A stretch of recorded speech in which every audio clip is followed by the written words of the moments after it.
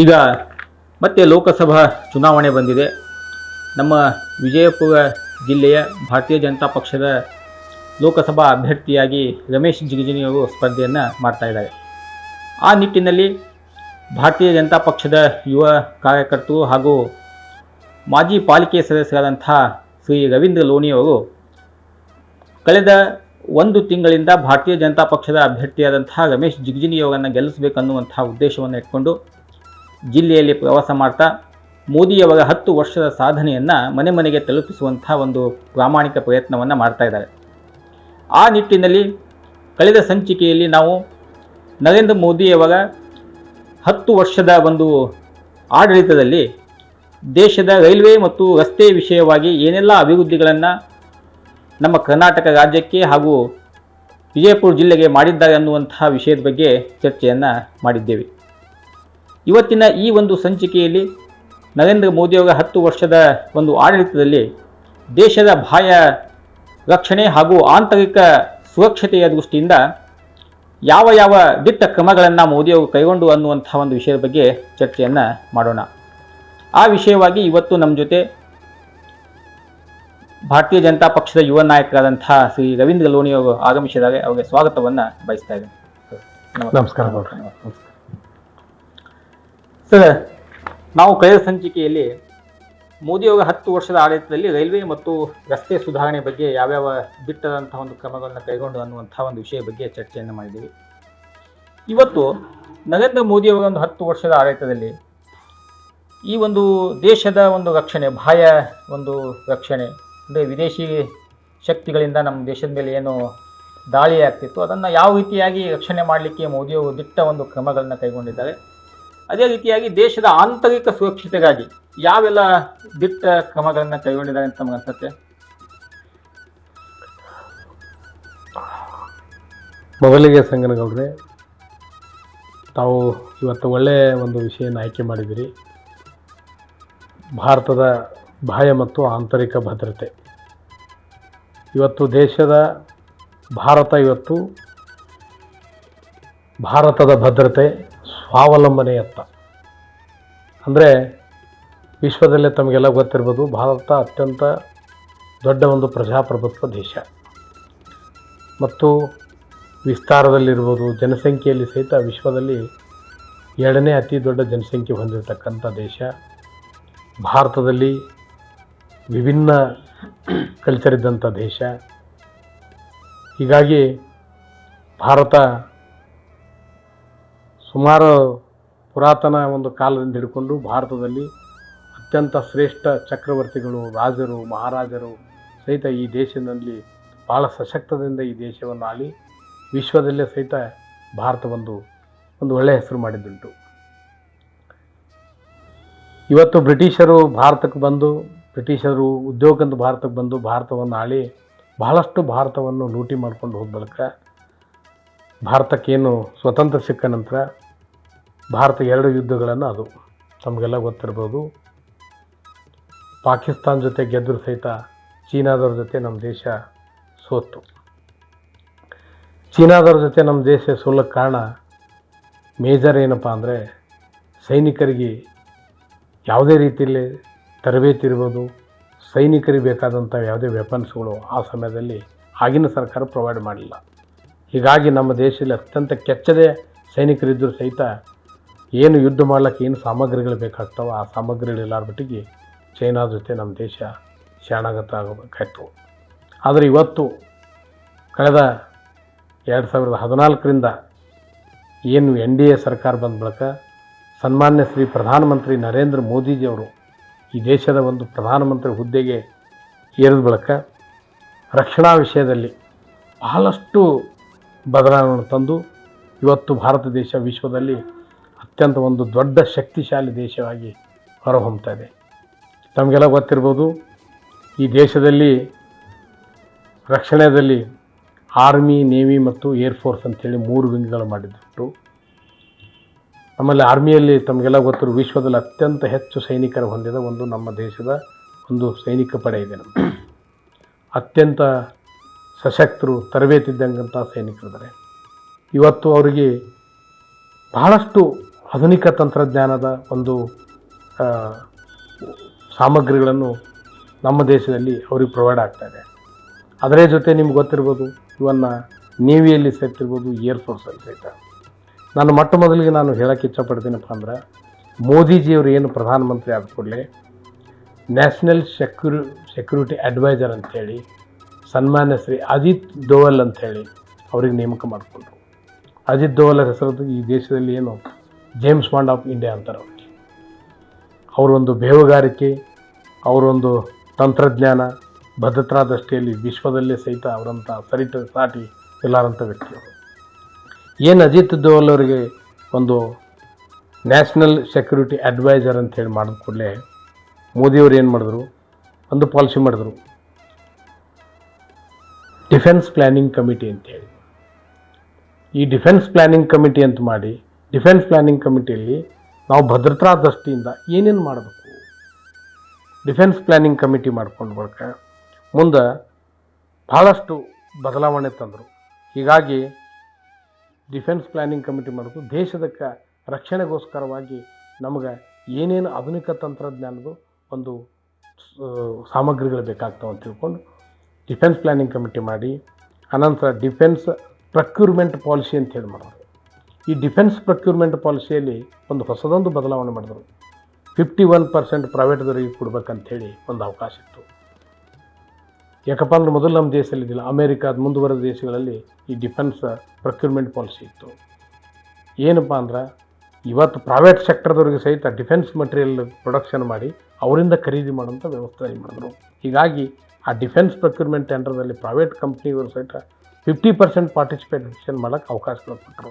ಅದರ ಜೊತೆಯಾಗಿ ಏನು ಸರ್ಕಾರಿ ಸ್ವಾಮ್ಯದ ಕಂಪ್ನಿಗಳಿದ್ರು, ಫಾರ್ ಎಕ್ಸಾಂಪಲ್ HAL ಇರ್ಬೋದು, BML ಇರ್ಬೋದು, ಇವೆಲ್ಲನೂ ಸಹಿತ ಇನ್ವಾಲ್ವ್ಮೆಂಟ್ ಮಾಡಿಕೊಟ್ರು. ತಮಗೆಲ್ಲ ಗೊತ್ತಿರ್ಬೋದು, HAL ಮೋದಿಯವರು ಸ್ವಲ್ಪ ಇನ್ನೇನು ಮೋದಿಯವರು ಬಂದ್ಬಿಡಕ್ಕೆ HAL ಮುಕ್ತ ಅಂತೇಳಿ ಹಿಂದೂಸ್ತಾನ್ ಏರೋನಾಟಿಕ್ ಲಿಮಿಟೆಡ್ ಇವತ್ತು HAL ತಯಾರು ಮಾಡ್ತಕ್ಕಂಥ ವಿಶ್ವಶ್ರೇಷ್ಠ ದರ್ಜೆ ಹೆಲಿಕಾಪ್ಟರ್ಗಳಿಗೆ ಪರದೇಶಿನ ಸಹಿತ ಆರ್ಡರ್ ಬರ್ತಾಯಿದೆ. ಹೀಗಾಗಿ ಮೋದಿಯವರು ನಮ್ಮಲ್ಲಿರ್ತಕ್ಕಂಥ ಸರ್ಕಾರಿ ಸ್ವಾಮ್ಯದ ಸಂಸ್ಥೆಗಳನ್ನು ಅಭಿವೃದ್ಧಿಪಡಿಸಿ, ಜೊತೆಯಾಗಿ ಏನು ಪ್ರೈವೇಟ್ ಸೆಕ್ಟರ್ದವರು who are interested in manufacturing of the defence materials ಅವರನ್ನು ಸಹಿತ ಅಡ್ವಾನ್ಸ್ ಟೆಕ್ನಾಲಜಿ ಯೂಸ್ ಮಾಡಿಕೊಂಡು ಅವ್ರಿಗೆ ಎಂಟರ್ಪ್ರಿನರ್ಸ್. ಇದರಿಂದ ಏನಪ್ಪ ಅಂದ್ರೆ ನಾನು ಹೇಳಿದ್ನಲ್ಲ, ಆತ್ಮನಿರ್ಭರ ಭಾರತ ಮೋದಿಯವರು ಡಿಫೆನ್ಸಲ್ಲಿ ಭಾಳಷ್ಟು ಮಾಡಿದ್ದಾರೆ. ತಮ್ಗೆ ಗೊತ್ತಿರ್ಬೋದು, ನಮ್ಮ ದೇಶ ಪ್ರತಿ ವರ್ಷ ಎಮ್ಮಲ್ಲಿ ಇಂಪೋರ್ಟ್ ಎಷ್ಟಾಗ್ತದಪ್ಪ ಅಂದ್ರೆ ಇಲ್ಲಿ 1 lakh crores ಮಟೀರಿಯಲ್ ಇಂಪೋರ್ಟ್ ಮಾಡ್ಕೊತಾರೆ, ಡಿಫೆನ್ಸ್ ಮಟೀರಿಯಲ್. ಇವತ್ತು ಅದೆಲ್ಲ ಬಂದಾಗೋಗಿದೆ. India is exporting maximum defence material to this many countries. Even ಸಾಕಷ್ಟು ಮುಂದುವರೆದ ಕಂಟ್ರಿಗಳು ಸಹಿತ ಇಂಡಿಯಾ ಇವತ್ತು ಎಕ್ಸ್ಪೋರ್ಟ್ ಮಾಡ್ತದೆ. ಇದು ಏನಾಯ್ತಪ್ಪ ಅಂದ್ರೆ ಮೋದಿಯವರ ದೂರದೃಷ್ಟಿ ಮತ್ತು ಆತ್ಮನಿರ್ಭರ ಭಾರತ. ಹೀಗಾಗಿ ನಾನು ಮೊದಲೇ ಹೇಳಿದೆ, ಭಾರತದ ಭದ್ರತೆ ಸ್ವಾವಲಂಬನೆಯತ್ತ. ಇದೆಲ್ಲ ಮಾಡಿದ ಕೂಡಲೇ ಇವತ್ತು ನೋಡ್ರಿ, ನಮ್ಮ ಆರ್ಮಿಯಲ್ಲಿ ಹೊಸ ಇವತ್ತು ವೆಪನ್ಸ್ ಬಂದವ, AK-203 ಅಂತೇಳಿ. ದಟ್ ಈಸ್ ವಿಶ್ವ ಶ್ರೇಷ್ಠ ದರ್ಜೆ ವೆಪನ್ಸ್ ಇದ್ದಾವೆ. ಅನಂತರ ಇವತ್ತು ನಮ್ಮಲ್ಲಿ ಬುಲೆಟ್ ಪ್ರೂಫ್ ಜಾಕೆಟ್ ರೆಡಿ ಆಗ್ತಾ ಇದ್ದಾವೆ. ನೈಟ್ದಲ್ಲಿ ಭಾಳಂಥ ದೂರದ ಒಂದು ಬೆಳಕು ಬೀಳಂಥ ಅಂಥ ಬ್ಯಾಟ್ರಿ ಅಂತ ಸ್ಟಾರ್ಸ್ಗಳು ರೆಡಿ ಆಗ್ತಾ ಇದ್ದಾವೆ. ಶೂಸ್ ರೆಡಿ ಆಗ್ತವೆ. ತಮಗೆಲ್ಲ ಗೊತ್ತಿರ್ಬೋದು, ಚೈನಾ ಯುದ್ಧ ನಡೆದಕ್ಕಾರ ನಮ್ಮ ದೇಶದ ಜವಾಹರ್ಲಾಲ್ ನೆಹರು ಅವರು ನಮ್ಮ ಸೈನಿಕರಿಗೆ ಶೂ ಸಹಿತ ಕೊಡಲಿಲ್ಲ ಅಂತ. ನಮ್ಮ ಸೈನಿಕರು ಮುನ್ನುಗ್ಗಲು ಸಹಿತ ಅವರು ತೊಂದರೆ ಆಯಿತು. ಇವತ್ತಿನ ಟೈಮ್ದಲ್ಲಿ ಭಾರತ ದೇಶ ಸೈನಿಕರು ಪ್ರೊವೈಡ್ ಮಾಡೋ ವಸ್ತುಗಳು ನೋಡೋದು ವಿಶ್ವ ಶ್ರೇಷ್ಠ ದರ್ಜೆಯ ಸೈನಿಕರಿಗೆ ನಮ್ಮ ದೇಶ ಇವತ್ತು ಪ್ರೊವೈಡ್ ಮಾಡ್ತದೆ. ಅದರಂತೆ ನಿಮ್ಗೆ ಗೊತ್ತಿರ್ಬೋದು, ಏರ್ಫೋರ್ಸಲ್ಲಿ ಎಂತಿಂತ ರಫೇಲ್ ಇಂಪೋರ್ಟ್ ಮಾಡಿಕೊಂಡ್ರು, ಮಿಗ್ ಇಂಪೋರ್ಟ್ ಮಾಡಿಕೊಂಡ್ರು. ಅದಂತ ಇಂಡಿಜಿನಸ್ ಮ್ಯಾನುಫ್ಯಾಕ್ಚರ್ ತೇಜಸ್ ಕೇಳ್ಬೋದು ನೀವು, ತೇಜಸ್ ಹೆಲಿಕಾಪ್ಟರ್ ಇಂಡಿಜಿನಸ್ಸು, ಅಪಾಚಿ ಹೆಲಿಕಾಪ್ಟರ್ಸು, ಇವೆಲ್ಲ ದೇಶದಲ್ಲಿ ಆತ್ಮನಿರ್ಭರ ಭಾರತ ಮಾಡ್ಕೋದ್ರಿಂದ ಇವೆಲ್ಲ ಎಕ್ಸ್ಪೋರ್ಟ್ ಆಗ್ತದೆ. ಇವತ್ತು ಇಂಥ ಒಂದು ಅತ್ಯದ್ಭುತ ಆಧುನಿಕ ತಂತ್ರಜ್ಞಾನ ಹೆಲಿಕಾಪ್ಟರ್ಸ್ಗಳು ಸಹಿತ ನಮ್ಮಲ್ಲಿ ಇವತ್ತು ಏರ್ಫೋರ್ಸಲ್ಲಿ ರೆಡಿ ಆಗ್ತದೆ. ಇನ್ನು ನಿಮ್ಗೆ ಹೇಳ್ಬೇಕು, ನೇವಿಯಲ್ಲಿ ಸಹಿತ ಇರಬೇಕು. INS ವಿಕ್ರಮಾದಿತ್ಯ ಅತ್ಯಂತ ಬೃಹತ್ ಆಕಾರದ ಒಂದು ದೊಡ್ಡ ಹಡಗು, ಯುದ್ಧ ಹಡಗು, INS ವಿಕ್ರಾಂತ. ಇವೆಲ್ಲ ವಿಶ್ವ ದರ್ಜೆಯ ನೇವಿ, ಆರ್ಮಿ ಮತ್ತು ಏರ್ಫೋರ್ಸ್. ಇಂಥ ಒಂದು ಬೃಹತ್ ನಿಮ್ಗೆ ಗೊತ್ತಿರ್ಬೋದು, ಈ ಭಾರತ ದೇಶದಲ್ಲಿ ಭೂಮಿನಿದೆ, ಆಕಾಶನಿದೆ, 3 ದಿಕ್ಕಿನಲ್ಲಿ ಸಮುದ್ರ ಇದೆ. ಎಲ್ಲ ರೀತಿಯಲ್ಲೂ ಭಾರತ ಯುದ್ಧನ ತಡೆಗಟ್ಟುವ ಕೆಪಾಸಿಟಿನಿದೆ, ಯುದ್ಧ ಮಾಡುವ ಸಶಕ್ತ ದೇಶವಾಗಿ ಬರಬೇಕು. ಇಂಥ ಒಂದು ದೇಶ, ಈ ದೇಶ ಮಾಡೋದ್ರಿಂದ ಮೋದಿಯವರು ಇಂಥ ಒಂದು ಕ್ರಮ ತೆಗೆದುಕೊಳ್ಳೋದ್ರಿಂದ ಸುಮಾರು ನಿಮ್ಗೆ ಹೇಳ್ಬೇಕು ಅಂದ್ರೆ ಆ್ಯಂಟಿ ಸ್ಯಾಟಲೈಟ್ಸ್ ನಿಮಗೆ ಮೊನ್ನೆ ಇರ್ಬೋದು ಪುಲ್ವಾಮಾ ಮತ್ತು ಬಾಲಾಕೋಟ್ ದಾಳಿಯಲ್ಲಿ ಆ್ಯಂಟಿ ಸ್ಯಾಟಲೈಟು ನಮ್ಮ ಯುದ್ಧ ಮಾಡ್ತಕ್ಕಂಥ ಒಂದು ನಮ್ಮ ತಂತ್ರಜ್ಞಾನ ಡೆವಲಪ್ ಆಗಿದೆ.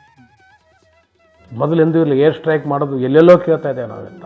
ಇವತ್ತು ಮೋದಿಜಿಯವರು ಬಾಲಾಕೋಟದ್ದು ಮತ್ತು ಪುಲ್ವಾಮಾ ನೀವು ಕೇಳಬೇಕು. 2019ರಲ್ಲಿ ಎಂಥ ಒಂದು ವಿಶ್ವವೇ ಮೆಚ್ಚತಕ್ಕಂಥದ್ದು ವೈರಿ ದೇಶದಲ್ಲಿ ಹೋಗಿ ಸೈನಿಕರನ್ನು, ಭಯೋತ್ಪಾದಕರನ್ನು ಗುರುತಿಸಿ ಅವರನ್ನು ಹೊಡೆದುಳಿಸಿ ಮತ್ತೆ ವಾಪಸ್ ಸುರಕ್ಷಿತವಾಗಿ ನಮ್ಮ ದೇಶಕ್ಕೆ ಬರೋದು ಇದು ಸಾಮಾನ್ಯ ಕೆಲಸ ಅಲ್ಲ. ಒಬ್ಬ ನಮ್ಮ ಸೈನಿಕರದು ಒಂದು ಹನಿ ರಕ್ತ ಕೆಳಗೆ ಬೀಳಾರದೆ ವಾಪಸ್ ಬಂದಿದ್ದಾರೆ. ಸೈನಿಕ ದುಷ್ಟಶಕ್ತಿಗಳನ್ನು ಭ್ರಷ್ಟರಿಗೆ ಸದೆ ಬಡಿದು ವಾಪಸ್ ಬರೋದು ಸಣ್ಣ ಕೆಲಸ ಅಲ್ಲ. ಇವೆಲ್ಲ ಮೋದಿಜಿಯವರು ಭಾರತದ ಭದ್ರತಾ ದೃಷ್ಟಿಯಿಂದ ತೆಗೆದುಕೊಟ್ಟಂಥ ಕ್ರಮಗಳು. ನಿಮಗೆ ಹೇಳ್ಬೇಕಪ್ಪ ಅಂದ್ರೆ ನಾನು ಇವೆಲ್ಲ ಹಾಕಬೇಕಾದಪ್ಪ ಅಂದ್ರೆ ಮೋದಿಯವರು ಕಂಪ್ಯಾರಿಸನ್ ಮಾಡಬೇಕಾಗ್ತದೆ. ಅಂಡರ್ UPA ಸರ್ಕಾರ ಏನು 2004ರಿಂದ 2014 ಏನು ಸನ್ಮಾನ್ಯ ಶ್ರೀ ಮನಮೋಹನ್ ಸಿಂಗ್ ನೇತೃತ್ವದ UPA ಸರ್ಕಾರ ಎಷ್ಟು ಬಜೆಟ್ ಖರ್ಚು ಮಾಡಿದ್ರು, ನಮ್ಮ NDA ಸರ್ಕಾರ ಮೋದಿಜಿಯವ್ರ ನೇತೃತ್ವದ ಭಾರತೀಯ ಜನತಾ ಪಕ್ಷದ NDA ಸರ್ಕಾರ ಎಷ್ಟು ಖರ್ಚು ಮಾಡಿದ್ರು ನಾನು ಅಂಕಿಅಂಶಗಳಲ್ಲಿ ಹೇಳ್ಬೋದು. ನಿಮ್ಗೆ ಗೊತ್ತಿರ್ಬೋದು 2004ರಿಂದ 2014 A quantum of grant released ಇನ್ ಕ್ರೋರ್ಸ್ 15,62,214 ಕೋಟಿಗಳು.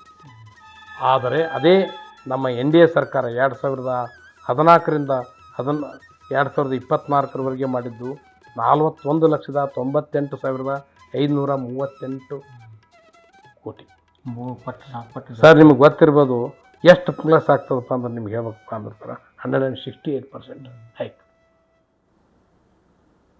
ನಾನು ಹೇಳಿದ್ನಲ್ಲ ಸರ್, ಮೋದಿಯವರು ಹೈಯೆಸ್ಟ್ ಡಿಫೆನ್ಸಿಗೆ ಏನು ಫೈನಾನ್ಸ್ ಪ್ರೊವೈಡ್ ಮಾಡ್ತಾ ಇದ್ದಾರೆ. ನಿಮ್ಗೆ ಗೊತ್ತಿರ್ಬೋದು ಸರ್, ಬಜೆಟ್ ಅಲೋಕೇಶನ್ನೇ ನಿಮ್ಮ ಬಜೆಟ್ ಅಲೋಕೇಶನ್ ಇರ್ಬೋದು ಸರ್. 2004ರಿಂದ 2013 ತನಕ ಅವ್ರು ಮಾಡಿದ್ದು ಸುಮಾರು 41,906 ಕೋಟಿ. ಆದರೆ NDA ಸರ್ಕಾರ ಮಾಡಿದ್ದು 80,733 ಕೋಟಿ. ಸರ್ ಇವತ್ತು ಜನ ಹೇಳ್ತಾ ಇರ್ಬೋದು ಅಂಕಿಅಂಶಗಳ ಸುಳ್ಳಿರೋದಿಲ್ಲ. ಇಷ್ಟೊಂದು ದೊಡ್ಡ ಪ್ರಮಾಣದ ಬಜೆಟ್ ಅಲೋಕೇಶನ್ ಡಿಫೆನ್ಸಿಗೆ ಮಾಡ್ತಾ ಇರೋದು ಸಣ್ಣ ವಿಷಯ ಅಲ್ಲ. ಹೀಗಾಗಿ ಮೋದಿಯವರು ಭಾರತದ ಭದ್ರತೆಗೆ ಸಾಕಷ್ಟು ಕೆಲಸಗಳನ್ನು ಭಾರತ ಆಧುನಿಕ ಒಂದು ಯಾವುದ್ರಲ್ಲಿ ನಿಮ್ಗೆ ಇರ್ಬೋದು, ಇವತ್ತು ಇಸ್ರೇಲ್ ಇರ್ಬೋದು, ಸ್ಮಾಲ್ ಕಂಟ್ರಿ ಇದ್ರೂ ಸಹಿತ they have very high technology weapons. America ಇರ್ಬೋದು, ತಮಗೆಲ್ಲ ಗೊತ್ತಿರ್ಬೋದು, ಅಮೇರಿಕ ಒಂದು ವೆಪನ್ ಸೆಲ್ಲಿಂಗ್ ಕಂಟ್ರಿ ಅಂತಿತ್ತು. ಅಮೇರಿಕದ ಮೂಲ ಬಿಸ್ನೆಸ್ಸೇ ಶಸ್ತ್ರಾಸ್ತ್ರಗಳನ್ನು ಪರದೇಶಕ್ಕೆ ಮಾರೋದು. ಇವತ್ತು ಮೊದಲೆಲ್ಲ ನಮ್ಮ ದೇಶ ಅಷ್ಟೊಂದು ಶಸ್ತ್ರಾಸ್ತ್ರಗಳನ್ನು ಇಂಪೋರ್ಟ್ ಮಾಡ್ಕೊತೀವಿ. ಇವತ್ತು ಅಷ್ಟೊಂದು ನಮ್ಮಲ್ಲಿ ಇಂಪೋರ್ಟ್ ಇಲ್ಲ. ಯಾಕಪ್ಪ ಅಂದ್ರೆ ಆತ್ಮನಿರ್ಭರ ಭಾರತದ. ಹೀಗಾಗಿ ನಮ್ಮ ದೇಶ ಭಾಳಷ್ಟು ಇವತ್ತು ಭದ್ರತಾ ವಿಷಯದಲ್ಲಿ ಭಾಳಷ್ಟು ಮುಂದುವರೆದಿದೆ.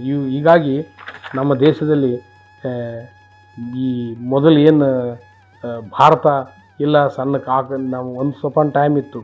One small country like Sri Lanka also sometimes ನಮ್ಗೆ ಏನೋ ಒಂದು ಅವಾಗವಾಗ ಸ್ವಲ್ಪ ಬೆದರಿಕೆ ಶಬ್ದಗಳು ಕೇಳ್ತದೆ. ಇವತ್ತು ಯಾವ ಕಂಟ್ರಿ ಕೇಳ್ತಾ ಇಲ್ಲ.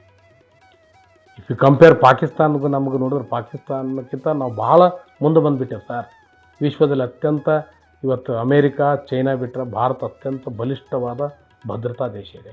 ಇಲ್ಲ, ಒಂದು ರೀತಿಯಿಂದ ನಮ್ಮಲ್ಲಿ ಸೈನಿಕ ಶಕ್ತಿನೂ ಇದೆ, ಸಂಪನ್ಮೂಲನೂ ಇದೆ ಮತ್ತು ರಕ್ಷಣಾತ್ಮಕವಾದಂತಹ ಸಾಮಗ್ರಿಗಳು ಇದ್ದು ಸಹಿತ ಒಂದು ನಾಯಕತ್ವನೂ ಬೇಕಲ್ಲ ಅದಕ್ಕೆ.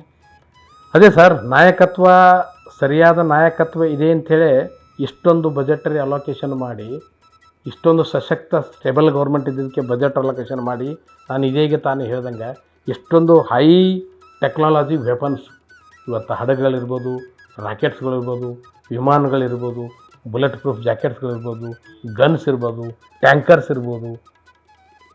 ಸೈನಿಕರಿಗೆ ಸ್ವತಂತ್ರವಾದಂತಹ ಒಂದು ಇದನ್ನು ಕೊಟ್ಟದೆ ನಾವು ಸರ್. ನಿಮ್ಗೆ ಗೊತ್ತಿರ್ಬೋದು, 1 ಆರ್ಮಿ 1 ಪೆನ್ಷನ್ ಯಾರು ಮಾಡೋದು ನಿಮ್ಗೆ ಗೊತ್ತಿಲ್ಲ. ಸೈನಿಕರ ಜೊತೆ ಮೋದಿಜಿಯವರು ಎಷ್ಟೊಂದು ಸ್ವತಂತ್ರ ಕೊಟ್ಟಿದ್ದಾರಪ್ಪ ಅಂದ್ರೆ ಭಾಳಷ್ಟು ಚೇಂಜಸ್ ಆಗಿದ್ದಾವೆ. ಇವತ್ತು ಭಾರತ ದೇಶ ಆರ್ಮಿ ಜಾಯ್ನ್ ಆಗಕ್ಕೆ ಕಾಂಪಿಟೇಷನ್ ನಡೀತಾ ಇದೆ. ಪ್ರತಿ ದೀಪಾವಳಿನೂ ಮೋದಿಜಿಯವರು ಸೈನಿಕರ ಜೊತೆ ಸೆಲೆಬ್ರೇಟ್ ಮಾಡಿ, ಸೈನಿಕರ ಜೊತೆ ಅವರಿಗೆ ನಾನು ಒಬ್ಬ ನಿಮ್ಮ ಜೊತೆ ನಂಗೆ ಗುರುತಿಸಿ ಅವ್ರದ್ದೇ ಆದ ಒಂದು ಡ್ರೆಸ್ಸಲ್ಲಿ ಹಾಕ್ಕೊಂಡು ಅವ್ರು ಇರ್ತಕ್ಕಂಥ ಸ್ಥಳಕ್ಕೆ ಹೋಗಿ, ಅವರು ಮೋದಿಜಿಯವರು ತಾವಿದ್ದಲ್ಲಿ ಕರೆಸ್ಕೊಳ್ಳೋದಿಲ್ಲ, ಅವರಿದ್ದಲ್ಲೇ ತಾವೇ ಹೋಗ್ತಾರೆ. ಅದು ಅತ್ಯಂತ ವಿಶ್ವದ ಅತ್ಯಂತ ಕಠಿಣವಾದ ಒಂದು ಪ್ರದೇಶದಲ್ಲಿ ಸೈನಿಕರು ಅಂತಲೇ ಹೋಗ್ತಾರೆ ಮೋದಿಜಿಯವರು.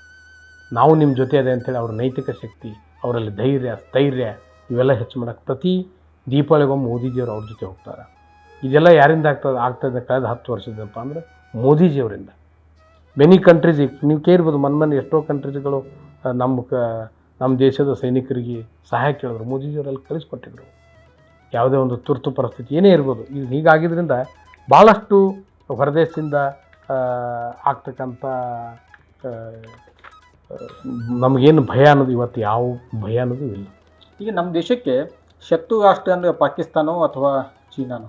ಸರ್, ನಮ್ಮ ದೇಶಕ್ಕೆ ಮೊದಲಿತ್ತದು, ನಮ್ಮವರೇ ಇದ್ದು ನಮ್ಮ ದೇಶ ಡಿವೈಡ್ ಆದ ಕೂಡಲೇ ಹೋದರು, ಅದು ಶತ್ರು ರಾಷ್ಟ್ರ ಅಂದಿತ್ತು. ಇವತ್ತು ಪಾಕಿಸ್ತಾನ ಯಾವ ಇದರಲ್ಲಿ ನಮ್ಮನ್ನು ಶತ್ರು ರಾಷ್ಟ್ರ ಇರ್ಬೋದು, ಬಟ್ ನಮಗೆ ಅವರು ಸರಿಸಾಟಿ ಇಲ್ಲ. ಪಾಕಿಸ್ತಾನದಲ್ಲಿ ಆಹಾರ ಇರಲಾರಂಥ ಪರಿಸ್ಥಿತಿಯಲ್ಲಿದೆ ಪಾಕಿಸ್ತಾನ, ಮತ್ತು ಅಲ್ಲಿ ಸ್ಟೇಬಲ್ ಗೌರ್ಮೆಂಟ್ ಇಲ್ಲ. ತಮಗೆಲ್ಲ ಗೊತ್ತಿದೆ, ಪ್ರೆಸಿಡೆಂಟು ಜೈಲಿಗೆ ಹೋಗ್ತಾರೆ, ಪ್ರಧಾನಮಂತ್ರಿಗಳು ಜೈಲಿಗೆ ಹೋಗ್ತಾರೆ. ಇಂಥ ಒಂದು ಪರಿಸ್ಥಿತಿಯಲ್ಲಿ ಪಾಕಿಸ್ತಾನ ನಮಗಿಂತ ಭಾಳ ಹಿಂದಿದೆ ಸರ್ ಇವತ್ತು. ಹೀಗಾಗಿ ಚೀನಾ ಮತ್ತು ಇಂಡಿಯಾ ನಮಗೆ ಅತ್ಯಂತ ನಮ್ಮದು ಸೌತ್ ಏಷ್ಯಾದಲ್ಲಿ ನೋಡ್ಬೇಕಂದ್ರೆ ನಮಗೆ ಚೀನಾನೇ ಬದ್ಧವಾಗಿದೆ. ಆದರೂ ಸಹಿತ ನಾವು ಪಾಕಿಸ್ತಾನವನ್ನು ಇಷ್ಟು ಕೀಳಾಗಿ ನೋಡಿದ್ದಾಗ್ಯೂ ಸಹಿತ ಇನ್ನೂ ಸಹಿತ ಪಾಕ್ ಆಕ್ರಮಿಸಿಕೊಂಡಂತಹ POKಯನ್ನು ಬಲಿಷ್ಠ ಭಾರತ ಇನ್ನೂ ವಶಪಡಿಸಿಕೊಳ್ಳೋದಕ್ಕೆ ಸರ್, ಇದು ನಿಮ್ಗೆ ಗೊತ್ತಾಗಿರ್ಬೋದು ಸರ್, ಎಕ್ಸ್ಟರ್ನಲ್ ಅಫೇರ್ಸ್ ಮಿನಿಸ್ಟರ್ ನಮ್ಮಲ್ಲಿ ಏನಿದಾರಲ್ಲ, ನೀವು ಪಾಕ್ ಆಕ್ರಮಿಸೋ POK ನೀವು ನೋಡ್ತಾ ಇರ್ರಿ. ಪಾಕಿಸ್ತಾನ POK ಅಷ್ಟೇ ಅಲ್ಲ, ಈ ಪಾಕಿಸ್ತಾನೇ ಮತ್ತೊಮ್ಮೆ ಭಾರತ ದೇಶದಲ್ಲಿ ತಗೊಳ್ರಿ, ನಾವು ಸಹಿತ ಅಲ್ಲಿ ಮೋದಿಜಿ ಅಂತ ಒಂದು ದೊಡ್ಡ ನಾಯಕತ್ವ ಇದ್ದಂಥ ದೇಶ ಇದೆ, ನಾವು ಸಹಿತ ಭಾರತದಲ್ಲಿ ಜಾಯ್ನ್ ಆಗಿಬಿಡ್ತೇವೆ ತನ್ನೋ ಪರಿಸ್ಥಿತಿ ಎಂಟೈರ್ ಪಾಕಿಸ್ತಾನ ಬರ್ತಾ ಇದೆ. ನಾಟ್ ಓನ್ಲಿ POK, ಎಷ್ಟೋ ಮಂದಿ ಪಾಕಿಸ್ತಾನದ ದೊಡ್ಡ ದೊಡ್ಡ ಪತ್ರಿಕಾ ವಿಶ್ಲೇಷಕರು ಇರ್ಬೋದು, ಮುತ್ಸದ್ದಿ ರಾಜಕಾರಣಿಗಳಿರ್ಬೋದು, ಬಿಸ್ನೆಸ್ ಮೆನ್ಸ್ ಇರ್ಬೋದು, ಅಥವಾ ಭಾಳಷ್ಟು ಪ್ರೈವೇಟ್ ಸೆಕ್ಟರ್ದಲ್ಲಿ ತಂತ್ರಜ್ಞಾನಗಳ ಸಂಸ್ಥೆ ನಡೆತಕ್ಕಂಥ ಒಬ್ಬ ಬಿಸ್ನೆಸ್ ಮೆನ್ ಇರ್ಬೋದು, ಎಲ್ಲರೂ ಸಹಿತ if you are there in India ನಾವು ಎಲ್ಲೆಲ್ಲೋ ಹೋಗ್ತಿದ್ದೇವೆ ಅನ್ನೋದು ಅವರು ಆಲೋಚನೆ ಮಾಡ್ತಾಯಿದ್ದಾರೆ. ಹೀಗಾಗಿ ಇನ್ನೇನು ಭಾಳ ಸಮಯ ಇಲ್ಲ ಸರ್. ಅಂದರೆ ಮುಂದಿನ ದಿನದಲ್ಲಿ ಇಂದಿಲ್ಲ ನಾಳೆ ಭಾರತ ಅಖಂಡ ಆಗತ್ತನ್ನುವಂಥ ವಿಶ್ವಾಸ ಇದೆ ತಮಗೆ? ಸರ್, ಮೋದಿಯವರು ಅಖಂಡ ಭರತ ಖಂಡದ ಒಬ್ಬ ಅಭಿವೃದ್ಧಿ ಚಿಂತಕನ ಮಾಡೋ ಶ್ರೇಷ್ಠ ನಾಯಕ. ಏನು ಈ ಭಾರತ ದೇಶ ಭಾರತ ಯಾಕೆ ಬಂತು, ಭರತ ಖಂಡ ಯಾಕೆ ಬಂತು ಅಂತ ನಮಗೆಲ್ಲ ಭಾಳಷ್ಟು ಇವತ್ತು ವಿಶ್ಲೇಷಣೆ ಮಾಡ್ತಾ ಇದ್ದಾರೆ. ಆದರೆ ಆ ಮೋದಿಜಿಯವರಿಂದ ಅದು ಸಾಧ್ಯ ಅನ್ನೋದು ಇತ್ತಿದ್ದಾಗ ಗೊತ್ತಾಗ್ತದೆ. ಹೀಗಾಗಿ ಮೋದಿಜಿಯವರು ಈ ದೇಶ ಈ ಭರತ ಖಂಡ ಮಾಡೋದೇನು ಬಹಳ ದೂರ ಇಲ್ಲ ಸರ್. ಆದರೆ ಒಂದೇನು, ಅವರು ಇದೇ ಹೇಳಿದ್ನಲ್ಲ, ಪಾಕಿಸ್ತಾನ ಮೇಲೆ ಏನು ಯುದ್ಧನೂ ಮಾಡಿಲ್ಲ, ಏನೂ ಮಾಡಿಲ್ಲ, ಬಟ್ ಪಾಕಿಸ್ತಾನ ಜನರೇ ಸಹಿತ ನಾವು ಭಾರತದಲ್ಲಿ ಹೋಗಬೇಕು, ಭಾರತ ಜೊತೆ ಸೇರಬೇಕು, ಭಾರತದಲ್ಲಿ ಸೇರಿದ್ರೆ ನಾವು ಸಹಿತ ಅಭಿವೃದ್ಧಿ ಆಗ್ತದೆ, ನಮ್ಮ ದೇಶನೂ ನಮ್ಮದು ಬೆಳವಣಿಗೆ ಆಗ್ತದೆ, ನಮ್ಮದು ಥ್ರೆಟ್ಸ್ ಕಡಿಮೆ ಆಗ್ತವೆ ಅಂತೇಳಿ ಅಲ್ಲಿ ಜನ ಹೇಳ್ತಾ ಇದ್ದಾರೆ ಇವತ್ತು. ಆದರೆ ಮೋದಿಜಿಯವರು ಯಾವುದೇ ದೇಶದ ಮೇಲೆ, ನಿಮ್ಗೆ ಗೊತ್ತು, ಜಗತ್ತಿನಲ್ಲಿ ಭಾರತದ ವಿದೇಶಾಂಗ ನೀತಿ ಮೆಚ್ಚತಕ್ಕಂಥ ವಿದೇಶಾಂಗ ನೀತಿ. ಭಾರತ ಯಾವುದೇ ದೇಶಗಳ ಮೇಲೆ ತಾನಾಗಿ ಯುದ್ಧ ಮಾಡೋದಲ್ಲ, ಆದರೆ ತನ್ನ ಮೇಲೆ ಯುದ್ಧ ಮಾಡಿದ್ರೆ ಅದು ಸುಮ್ಮನೆ ಕೂತ್ಕೊಡೋದಿಲ್ಲ. ಇದು ಭಾರತದ ಒಂದು ನೀತಿ ಇದೆ, ಅದನ್ನು ಮೋದಿಯವರು ಬಲಿಷ್ಠ ಮಾಡಿದ್ದಾರೆ. ಹೀಗಾಗಿ ಭಾರತದ ಭದ್ರತಾ ದೃಷ್ಟಿ ಬಹಳಷ್ಟು ದೊಡ್ಡದಿದೆ. ಇನ್ನು ನಿಮಗೆ ನಾನು ಹೇಳ್ಬೇಕಂದ್ರೆ, ಇಂಟರ್ನಲ್ ಸೆಕ್ಯುರಿಟಿ, ನಮಗೆ ಬಾಹ್ಯ ಭದ್ರತೆ ಮತ್ತು ಆಂತರಿಕ ಭದ್ರತೆ ಅಂತ. ಇಂಟರ್ನಲ್ ಸೆಕ್ಯುರಿಟಿಯಲ್ಲಿ ತಮಗೆಲ್ಲ ಗೊತ್ತಿರ್ಬೋದು, ಭಾಳಷ್ಟು ಜನರು ಇಂಟರ್ನಲ್ ಸೆಕ್ಯುರಿಟಿ ಎಂಬಂತ ಭಾಳಷ್ಟು ಏನು ಹೇಳ್ತಾರಪ್ಪ ಅಂದ್ರೆ, ಏನು ದೇಶದಲ್ಲಿ ಭಯೋತ್ಪಾದಕರು ಒಳನುಗ್ಗಿ ದೇಶದಲ್ಲಿ ದುಷ್ಕೃತ್ಯ ಮಾಡೋ ಥರ, ಇದೆಲ್ಲ ಇಂಟರ್ನಲ್ ಸೆಕ್ಯುರಿಟಿಯಲ್ಲಿ ಬರ್ತಕ್ಕಂಥ ಪ್ರಮುಖ ವಿಷಯ. ನಿಮಗೆಲ್ಲ ಗೊತ್ತಿದ್ದು, ಮೊದಲ ಬಾಂಬೆದಲ್ಲಿ ಬ್ಲಾಸ್ಟ್ ಆಯಿತು, ಅನಂತರ ದೆಹಲಿಯಲ್ಲಿ ಆಗಿತ್ತು, ಹೈದರಾಬಾದ್ನಲ್ಲಿ ಆಯಿತು, ಬೆಂಗಳೂರಲ್ಲಿ ಆಯಿತು, ಚೆನ್ನೈದಲ್ಲಿ ಆಗ್ತಾಯಿತ್ತು. ಇವೆಲ್ಲ ಯಾವ ನಡೀತದೆ ಅಂದ್ರೆ ಇಂಟರ್ನ್ಯಾಷನಲ್ ಟೆರರಿಸ್ಟ್ ಇದ್ರು ಸರ್. ಜೈಷ್-ಇ ಮೊಹಮ್ಮದ್ ಇರ್ಬೋದು, ISIS ಇರ್ಬೋದು, ಹಿಜಾಬುಲ್ ಮುಜಾಹಿದ್ದೀನ್ ಇರ್ಬೋದು, ಇಂಥವೆಲ್ಲ ಇಂಟರ್ನ್ಯಾಷನಲ್ ಸಂಘಟನೆಗಳು ಭಾರತವನ್ನೇ ಟಾರ್ಗೆಟ್ ಮಾಡಿ ಅವಾಗ ಅವರು ಒಳನುಸುಳಿ ಭಾರತದಲ್ಲಿ ಅಭದ್ರತೆ ಸೃಷ್ಟಿ ಮಾಡ್ತಾಯಿದ್ರು. ಆದರೆ ಇವತ್ತು ಅದು ಎಷ್ಟು ಕಡಿಮೆ ಆಗಿದೆ ಅಂತ ನೀವೇ ಹೇಳ್ಬೋದು. ಅದು ಮೇಜರ್ ಎಲ್ಲ ಆಗ್ತಿತ್ತಪ್ಪ ಅಂದರೆ ಕಾಶ್ಮೀರದಲ್ಲಿ ಆಗ್ತಿತ್ತು ಸರ್. ಇವತ್ತು ಕಾಶ್ಮೀರದಲ್ಲಿ ನಾನು ನಿಮಗೆ ಫ್ಯಾಕ್ಟ್ಸ್ ಆ್ಯಂಡ್ ಫಿಗರ್ಸ್ ಹೇಳ್ಬೇಕಪ್ಪ ಅಂದ್ರೆ, ಒಂದು ರೀತಿಯಿಂದ ಆ ಭಯೋತ್ಪಾದನೆ ಹೆಸರನ್ನು ಕೇಳಾರ್ದೆ ಒಂದು 10-15 ವರ್ಷ ಆಯ್ತು ಈಗ ಸರ್. 10 ವರ್ಷದಲ್ಲಿ ನಿಮಗೆ ನಾನು ಹೇಳ್ಬೇಕಪ್ಪ ಅಂದ್ರೆ, UPA ಸರ್ಕಾರ ಇದ್ದಕ್ಕಾರ ಕಳೆದ 10 ವರ್ಷಗಳ ಹಿಂದೆ ಎವರೇಜ್ ನಮ್ಮ ಟೆರರಿಸ್ಟ್ ಇನ್ಸಿಡೆಂಟ್ಸ್ ಎಷ್ಟಾಗ್ತಿದ್ದವಪ್ಪ ಅಂದ್ರೆ 797 ಟೆರರಿಸ್ಟ್ ಇನ್ಸಿಡೆಂಟ್ ಆಗಿತ್ತು ಸರ್. ಈ ಕಳೆದ 10 ವರ್ಷದ ಟೆರರಿಸ್ಟ್ ಇನ್ಸಿಡೆಂಟ್ ಎಷ್ಟೊಂದು ರೆಡ್ಯೂಸ್ ಆಗಿದೆ, ಎಷ್ಟೊಂದು ಟೆರರ್ ಅಟ್ಯಾಕ್ಸ್ ಕಡಿಮೆ ಆಗಿದೆಯಪ್ಪ ಅಂದ್ರೆ ಜಸ್ಟ್ 279 ಆಗಿದಾವೆ ಸರ್. ಅಂದರೆ ಭಯೋತ್ಪಾದಕ ಮೋದಿಯ ಭಯ ಅಂತ ಅನ್ಸುತ್ತೆ ನಮ್ಗೆ ಸರ್. ಭಯೋತ್ಪಾದಕರಿಗೆ ಮೋದಿಯವ್ರ ಬಗ್ಗೆ ಭಯಪ್ಪ ಅಂದರೆ ಮೋದಿಯವರು ತೆಗೆದುಕೊಳ್ತಕ್ಕಂಥ ಕಠಿಣ ಕ್ರಮಗಳು ದೇಶದಲ್ಲಿ ಒಳನ್ನು ನಮ್ಮ ಗಡಿ ಭದ್ರತೆ ಇಷ್ಟೊಂದು ಸಶಕ್ತ ಅದಪ್ಪ ಅಂದ್ರೆ ಯಾರೂ ಒಳನುಸುಳಕ್ಕೆ ಸಾಧ್ಯನೇ ಇಲ್ಲ. ಮತ್ತು ದೇಶದಲ್ಲಿ ಅಷ್ಟೊಂದು ಇಂಟರ್ನಲ್ ಸೆಕ್ಯೂರಿಟಿ ನಿಮಗೆ ಇದು ಹೇಳಿದ್ನಲ್ಲ, ಇಷ್ಟೊಂದು ಯಾಕಪ್ಪ ಆಗ್ತದಪ್ಪ, ನಿಮಗೆ ಇಂಟರ್ನಲ್ ಟೆರರ್ಸ್ ಅಂತಿದ್ರು. ಇಂಟರ್ನಲ್ ಟೆರರ್ಸ್ ಯಾರು ನಿಮಗೆ ಗೊತ್ತದ? PFI ಇವರು ಅಲ್ಲೆಲ್ಲ ಸಣ್ಣ ಪುಟ್ಟ ಮೊನ್ನೆ ಮಾಡಿದ್ರಲ್ಲ, ಬೆಂಗಳೂರಲ್ಲಿ ಮಾಡಿದ್ರು, ಮಂಗಳೂರಲ್ಲಿ ಮಾಡಿದರು.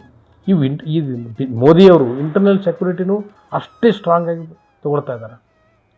ಯಾಕಪ್ಪ ಅಂದ್ರೆ ದೇಶದಲ್ಲಿ ನಿಮ್ಗೆ ಗೊತ್ತಿಲ್ಲ ಇಂಟರ್ನಲ್ ಸೆಕ್ಯೂರಿಟಿ ಅಪ್ಪ ಅಂದ್ರೆ 2 ಥರದ್ದು ಬರ್ತಾವೆ ಸರ್. ಇಂಟರ್ನಲ್ ಸೆಕ್ಯೂರಿಟಿಗೆ ಅದಕ್ಕೆ ಬೇಕಂತ ಬಾರ್ಡರ್ ಸೆಕ್ಯೂರಿಟಿ ಫೋರ್ಸ್ ಇರ್ಬೋದು, CRPF ಇರ್ಬೋದು, ಇವೆಲ್ಲ ಸಾಕಷ್ಟು ಸಂಖ್ಯೆಯಲ್ಲಿ ಹೆಚ್ಚಾಗ್ಯಾರ. ನಿಮ್ಗೆ ಗೊತ್ತಿರ್ಬೋದು ಸರ್, ದೇಶದಲ್ಲಿ ಇಂಟರ್ನಲ್ಸ್ ಈ ಬಾರ್ಡರ್ ಸೆಕ್ಯೂರಿಟಿ ಎಷ್ಟೊಂದು ರಿಕ್ರೂಟ್ಮೆಂಟ್ ಆಗ್ಯದಪ್ಪ ಇನ್ ಟರ್ಮ್ಸ್ ಖರ್ಚು ಮಾಡಿದ್ದು ಮೋದಿಯವ್ರು ಹೇಳ್ಬೇಕಂದ್ರೆ. Central reserve police CRPF sir ಖರ್ಚು ಮಾಡಿದ್ದು UPA ಸರ್ಕಾರದಲ್ಲಿ 10,818 ಕೋಟಿ ರೂಪಾಯಿ ಖರ್ಚು ಮಾಡಿದ್ರು ಸರ್. ಇವತ್ತು ಮೋದಿಜಿಯವ್ರು ಖರ್ಚು ಮಾಡಿದ್ದು 31,772 ಕೋಟಿ ರೂಪಾಯಿ, 3 ಪಟ್ಟು CRPF. ಅಂದರೆ ಅವ್ರ ರಿಕ್ರೂಟ್ಮೆಂಟ್ ಇರ್ಬೋದು, ಅವ್ರಿಗೆ ಕೊಡ್ತಕ್ಕಂಥ ಫೆಸಿಲಿಟಿ ಇರ್ಬೋದು. ಅದೇ ರೀತಿ border security force sir, UPA ಸರ್ಕಾರ ಇದ್ದಕ್ಕಾರೆ ಬಾರ್ಡರ್ ಸೆಕ್ಯೂರಿಟಿ ಫೋರ್ಸಿಗೆ ಅವ್ರು ಖರ್ಚು ಮಾಡಿದ್ದು ಜಸ್ಟ್ 9,811 ಕೋಟಿ. ಅದರದೇ ನಮ್ಮ NDA ಸರ್ಕಾರ ಕಳೆದ 10,000 ಅವರಿಗೆ ಹಣ ಒದಗಿಸಿದ್ದು 24,771 ಕೋಟಿ. ಅವ್ರ ರಿಕ್ರೂಟ್ಮೆಂಟ್ ಇರ್ಬೋದು, ಅವ್ರಿಗೆ ಕೊಡ್ತಕ್ಕಂಥ ಫೆಸಿಲಿಟಿ ಇರ್ಬೋದು, ಇದೆಲ್ಲ ಮಾಡೋದ್ರಿಂದ ಇಷ್ಟೊಂದು ಹೈಯೆಸ್ಟ್ ನಂಬರ್ದಲ್ಲಿ ಈ ರಿಕ್ರೂಟ್ಮೆಂಟ್ ಆಗಿ ಅವ್ರು ಕೊಡ್ತಕ್ಕಂಥ ಫೆಸಿಲಿಟಿ ಕೊಡಿದ ಇಂಟರ್ನಲ್ ಸೆಕ್ಯೂರಿಟಿ ಬಹಳ ಭದ್ರತೆ ಆಗಿಬಿಟ್ಟಿದೆ. ಇವತ್ತು ದೇಶದಲ್ಲಿ ನಮ್ಮ ಪೊಲೀಸರು ಮತ್ತು ಬಾರ್ಡರ್ ಸೈನಿಕರ ಸಂಖ್ಯೆ ಭಾಳಷ್ಟು ಹೆಚ್ಚಾಗಿದೆ ಮತ್ತು ಅವ್ರಿಗೆ ಅತ್ಯಂತ ಆಧುನಿಕ ಒಂದು ತಂತ್ರಜ್ಞಾನದ ಒಂದು ವೆಪನ್ಸ್ ಕೊಟ್ಟಿದ್ದಾರೆ ಸರ್. ಹೀಗಾಗಿ ಆಂತರಿಕ ಭದ್ರತೆಯೂ ಭಾಳ ಇದು ಸೆಕ್ಯೂರಿಟಿ ಇದೆ. ಮತ್ತು ಇನ್ನೊಂದು ವಿಷಯ ನಿಮ್ಗೆ ಹೇಳ್ಬೇಕಂದ್ರೆ, ಆಂತರಿಕ ಭದ್ರತೆಯಲ್ಲಿ ಬರೀ ಈ ಸೈನಿಕರು ಪೊಲೀಸರಿಂದ ರಕ್ಷಣೆ ಮಾಡೋದಲ್ಲ, ನೀವು ಆಂತರಿಕ ಭದ್ರತೆಯಿಂದ ಸೈಬರ್ ಸೆಕ್ಯೂರಿಟಿನೂ ಬೇಕಾಗ್ತದೆ ಸರ್. ಆಂತರಿಕ ಭದ್ರತೆಯಲ್ಲಿ ನಿಮ್ಗೆ ಹೇಳ್ಬೇಕಂದ್ರೆ ಈ ಸೈಬರ್ ಸೆಕ್ಯೂರಿಟಿ ಅಂತೇಳಿ ಬರ್ತದೆ. ಸೈಬರ್ ಸೆಕ್ಯೂರಿಟಿ ಅಪ್ಪ ಅಂದರೆ ನಿಮ್ಗೇನಾಗ್ತದಪ್ಪ ಅಂದ್ರೆ ಈ ದೇಶದ ಒಂದು ರಕ್ಷಣಾ ವ್ಯವಸ್ಥೆಯನ್ನು ಹೈಜಾಕ್ ಮಾಡೋದು ಥ್ರೂ ನೆಟ್, ಬ್ಯಾಂಕ್ ಅಕೌಂಟ್ಸ್ಗಳು ಹೈಜಾಕ್ ಮಾಡೋದು, ಬ್ಯಾಂಕಿನ ಸಿಸ್ಟಮ್ನೇ ಹೈಜಾಕ್ ಮಾಡೋದು, ಇವೆಲ್ಲ ಇಂಥವು ಸಹಿತ ಇಂಟರ್ನಲ್ ಸೆಕ್ಯೂರಿಟಿಯಲ್ಲಿ ಬರ್ತಾವೆ ಸರ್. ಇದನ್ನು ತಡೆ ಹಿಡಲಿಕ್ಕೆ ಮೋದಿಯವರು ಇವತ್ತು ಏರ್ಫೋರ್ಸ್ ಇರ್ಬೋದು, ರೈಲ್ವೆ ಸ್ಟೇಷನ್ಸ್ಗಳು ಇರ್ಬೋದು, ದೊಡ್ಡ ದೊಡ್ಡ ರಕ್ಷಣಾ ರಿಸರ್ಚ್ ಸೆಂಟರ್ಗಳಿರ್ಬೋದು, ಇವೆಲ್ಲಕ್ಕೆ ಭದ್ರತೆ ಒದಗಿಸಲಿಕ್ಕೆ ದೇಶದಲ್ಲಿ ಮೋದಿಯವರು ಸಾಕಷ್ಟು ಹಣಗಳನ್ನು ಒದಗಿಸಿದ್ದಾರೆ. ಹೀಗಾಗಿ ಇಂಟರ್ನಲ್ ಸೆಕ್ಯೂರಿಟಿ ಸಹಿತ ಅಷ್ಟೇ ಟೈಟ್ ಅದು. ಇವತ್ತು ದೇಶದಲ್ಲಿ ದೊಡ್ಡ ದೊಡ್ಡ ರಿಸರ್ಚ್ ಸ್ಟೇಷನ್ಗಳು, ಏರ್ಪೋರ್ಟ್ ಎಷ್ಟು ಸುಶಿಕ್ಷಿತ ಅದಾವಪ್ಪ ಅಂದ್ರೆ ಇವತ್ತು ದೇಶದಲ್ಲಿ ಯಾವುದೇ ಒಂದು ಮೂಲೆಯಲ್ಲಿ ಸಹಿತ ಒಂದು ಸಣ್ಣ ಆಗ್ತದವ. ಬಟ್ ಮೊದಲ ಇವೆಲ್ಲ ಕಾಮನ್ ಅನ್ನಂಗಿದ್ದು ಪರಿಸ್ಥಿತಿ. ನಂಬರ್ ಆಫ್ ಏರ್ಪೋರ್ಟ್ಸ್ ಎಷ್ಟು ಹೆಚ್ಚಾದ್ರೂ ಸಹಿತ ಸೆಕ್ಯೂರಿಟಿ ಅದರ ಅಷ್ಟೇ ಹೆಚ್ಚಾಗಿಬಿಟ್ಟದೆ ಇವತ್ತು ಏರ್ಪೋರ್ಟಿಗೆ. ಇವತ್ತು ರೈಲ್ವೆ ಸ್ಟೇಷನ್ದಲ್ಲಿ ಅಷ್ಟೇ ಸೆಕ್ಯೂರಿಟಿ ಹೆಚ್ಚಾಗ್ಯದ. ಹೀಗಾಗಿ ಇಂಟರ್ನಲ್ ಭದ್ರತೆನೇ. ಇದ್ರ ಜೊತೆಯಾಗಿ ನಿಮ್ಗೆ ಇನ್ನೊಂದು ಹೇಳ್ಬೇಕಪ್ಪ ಅಂದ್ರೆ ಈ ಸೋಷಿಯಲ್ ಮೀಡಿಯಾದ ಬರ್ತವೆ ಸರ್. ಸೋಷಿಯಲ್ ಮೀಡಿಯಾ ಸೆಕ್ಯೂರಿಟಿನೂ ಇಂಪಾರ್ಟೆಂಟ. ದೇಶದ ಭದ್ರತೆಗೆ ಸೋಷಿಯಲ್ ಮೀಡಿಯಾ ಸೆಕ್ಯೂರಿಟಿನೂ ಇಂಪಾರ್ಟೆಂಟ್. ಸೋಷಿಯಲ್ ಮೀಡಿಯಾದಪ್ಪ ಅಂದ್ರೆ ಏನೇನು ಬರ್ತಾವಪ್ಪ ಅಂದ್ರೆ, ಕೆಲವೊಂದು ಟೆರರಿಸ್ಟ್ಗಳು ತಮ್ಮದೇ ಆದ ಒಂದು ವೆಬ್ಸೈಟ್ ಓಪನ್ ಮಾಡಿಕೊಂಡು ತಮ್ಮದೇ ಆದ ಒಂದು ವೆಬ್ಸೈಟ್ ಓಪನ್ ಮಾಡಿ ಹೈಜಾಕ್ ಮಾಡಿಕೊಂಡು ಸಾಕಷ್ಟು ಯುವಕರಿಗೆ ಭಯೋತ್ಪಾದಕ ರಿಕ್ರೂಟ್ಮೆಂಟ್ ಮಾಡ್ತಾ ಇರ್ತಾರೆ ಮತ್ತು ಫಾಲ್ಸ್ ಮೆಸೇಜ್ಗಳನ್ನು ಪ್ರೊಪಗಂಡ ಮಾಡ್ತಾ ಇರ್ತಿರ್ತಾರೆ ಟೆರರಿಸ್ಟ್ಗಳು. ದೇಶದ ಬಗ್ಗೆ, ದೇಶದ ಪ್ರಧಾನಮಂತ್ರಿಗಳ ಬಗ್ಗೆ, ದೇಶದ ಮಂತ್ರಿಗಳ ಬಗ್ಗೆ, ದೇಶದ ರಕ್ಷಣಾ ವ್ಯವಸ್ಥೆ ಬಗ್ಗೆ, ಇವೆಲ್ಲ ಅವೆಲ್ಲ ಇಂಟರ್ನಲ್ ಸೆಕ್ಯೂರಿಟಿ ಇರ್ಬೋದು. ಇವೆಲ್ಲ ಇವತ್ತು ಭಾಳಷ್ಟು ಕಡಿಮೆ ಇರುತ್ತೆ. ಅವ್ರ ಮೇಲೆಲ್ಲ ಹದ್ದಿನ ಕಣ್ಣು ನೋಡ್ತಕ್ಕಂಥ ನಮ್ಮಲ್ಲಿ ರಿಸರ್ಚ್ ಸ್ಟೇಷನ್ಗಳು, ಅದರಂಥ ಇಂಟರ್ನಲ್ ಸೆಕ್ಯೂರಿಟಿ ಅಷ್ಟೊಂದು ಟೈಟ್ ಆಗಿದೆ. ನಿಮ್ಗೆ ಗೊತ್ತಿರ್ಬೋದು ಈ ಪೋಲರೈಸೇಷನ್ ಅಂತ ಆಗ್ತದೆ ಈ ದೇಶದಲ್ಲಿ.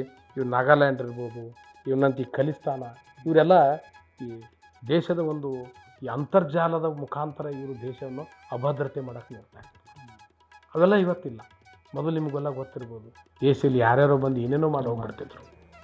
ಆದರೆ ಇವತ್ತು ಭಾಳಷ್ಟು ಕಡಿಮೆ ಆಗಿಬಿಟ್ಟದು ಇದು. ಹೀಗಾಗಿ ಭಾರತ ದೇಶ ಇಂಟರ್ನಲ್ ಸೆಕ್ಯೂರಿಟಿ ಬಗ್ಗೆ ಭಾಳಷ್ಟು ಇದೆ. ಅದಕ್ಕೆ NIA ಮಾಡಿದ್ದಾರೆ, ನ್ಯಾಷನಲ್ ಇನ್ವೆಸ್ಟಿಗೇಷನ್ ಏಜೆನ್ಸಿ.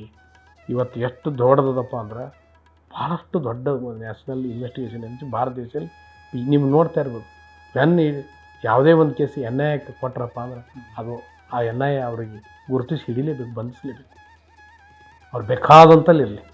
ಮೊನ್ನೆ ಬೆಂಗಳೂರದಲ್ಲಿ ಬ್ಲಾಸ್ಟ್ ಮಾಡಿದ್ದು ಇನ್ನೇನು ರಾಮೇಶ್ವರ ಹೋಟೆಲ್ದಲ್ಲಿ ಮಾಡಿದವ್ರಿಗೆ ಕಲ್ಕತ್ತಾದಲ್ಲಿ ಇದು ಮಾಡಿದ್ರು. ಕೆಲವೇ ಕ್ಷಣದಲ್ಲಿ ಇನ್ನು ಪ್ರದೇಶಕ್ಕೆ ಹೋಗೋರಿದ್ರು ಅವ್ರಿಗೆ ಹಿಡಿದಾಕಿದ್ರು. ಇಷ್ಟೊಂದು ಆಗಬೇಕಪ್ಪ ಅಂದ್ರೆ it is because of the advance technology.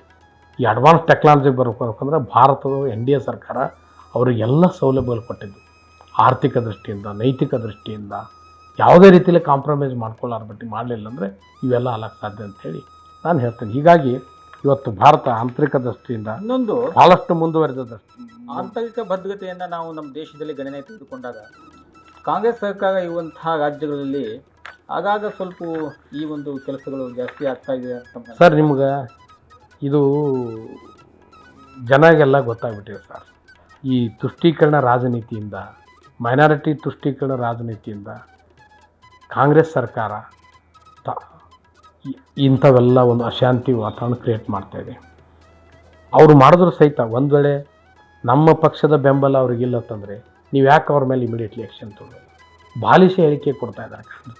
ನಿಮ್ಗೆ ಗೊತ್ತಿರ್ಬೋದು, ಹುಬ್ಬಳ್ಳಿಯಾದ ಘಟನೆ ಬಗ್ಗೆ ಮಾನ್ಯ ನಮ್ಮ ರಾಜ್ಯ ಗೃಹ ಸಚಿವರು ಯಾವ ಥರ ಹೇಳಿಕೊಟ್ರು, ಮುಖ್ಯಮಂತ್ರಿಯವರು ಯಾವ ಥರ ಹೇಳಿಕೆ ಕೊಟ್ಟರು, ಉಪಮುಖ್ಯಮಂತ್ರಿಗಳು ಯಾವ ಥರ ಹೇಳಿಕೊಟ್ರು. This is all what it indicates. The government is supporting indirectly to the such peoples. ಅದು ಎಲ್ಲರಿಗೂ ಓಪನ್ ಆಗಿ ಆಗ್ತಾ ಇದೆ. ಪರೋಕ್ಷವಾಗಿ ಕಾಂಗ್ರೆಸ್ ಪಕ್ಷದ ಒಂದು ಬೆಂಬಲ ಅಲ್ಲ ಸರ್, ನಿಮ್ಗೆ ಹೇಳ್ಬೇಕಪ್ಪ ಅಂದ್ರೆ ಒಂದು ಪಕ್ಷ ಒಂದೇ ಕೋಮಿನ ಜನರ ಮೇಲೆ ಅವಲಂಬನೆ ಆಯಿತು ಅಂದರೆ ಇಂಥವೆಲ್ಲ ಕಾಣುತ್ತೆ. ರಾಜಕಾರಣದಲ್ಲಿ ಸರ್ವೇ ಜನ ಸುಖಿನೋ ಭವಂತು ಅಂತ ನೋಡ್ತಾ ಇದ್ರೆ, ವಸುದೈವಕಂ ಕುಟುಂಬಕಂ ಹೋದ್ರೆ ಎಲ್ಲನೂ ಸರಿ ಆಗ್ತದೆ. ಆದರೆ ಈ ವೋಟ್ ಬ್ಯಾಂಕ್, ಈ ತುಷ್ಟೀಕರಣ ಪಾಲಿಸಿಯಿಂದ ಇವತ್ತಿಗೋದು ಎಲ್ಲೆಲ್ಲಿ ಕಾಂಗ್ರೆಸ್ ಸರ್ಕಾರ ಇದೆ, ಎಲ್ಲೆಲ್ಲಿ ಎಡಪಕ್ಷಗಳಿದ್ದಾವೆ, ಅವೆಲ್ಲ ನಡೀತಾ ಇದೆ. ಇವತ್ತು ಪಶ್ಚಿಮ ಬಂಗಾಳದಲ್ಲಿ ಏನಾಗ್ತಾಯಿದೆ ಸರ್, ಎಂಥ ದೊಡ್ಡ ಘಟನೆ ಆಯಿತು ಪಶ್ಚಿಮ ಬಂಗಾಳದಲ್ಲಿ. ಇವತ್ತು ನಮ್ಮ ರಾಜ್ಯದಲ್ಲಿನೂ ಎಷ್ಟು ಅಸಹ್ಯಕರ ಘಟನೆ ಆಯಿತು. ಒಂದು ಕಾಲೇಜ್ ಕ್ಯಾಂಪಸ್ಸಲ್ಲಿ ಹೋಗಿ ಅಂಥದ್ದು ದುಷ್ಕೃತ್ಯ ಮಾಡ್ತಾರಪ್ಪ ಅಂದ್ರೆ ಅವರನ್ನು ಬಂಧಿಸೋದಿಲ್ಲ, ಅವ್ರ ಮೇಲೆ ಆ್ಯಕ್ಷನ್ ತೊಗೊಳ್ಳೋದಿಲ್ಲ. This is all wrong. ಅದಕ್ಕೆ ದೇಶದಲ್ಲಿ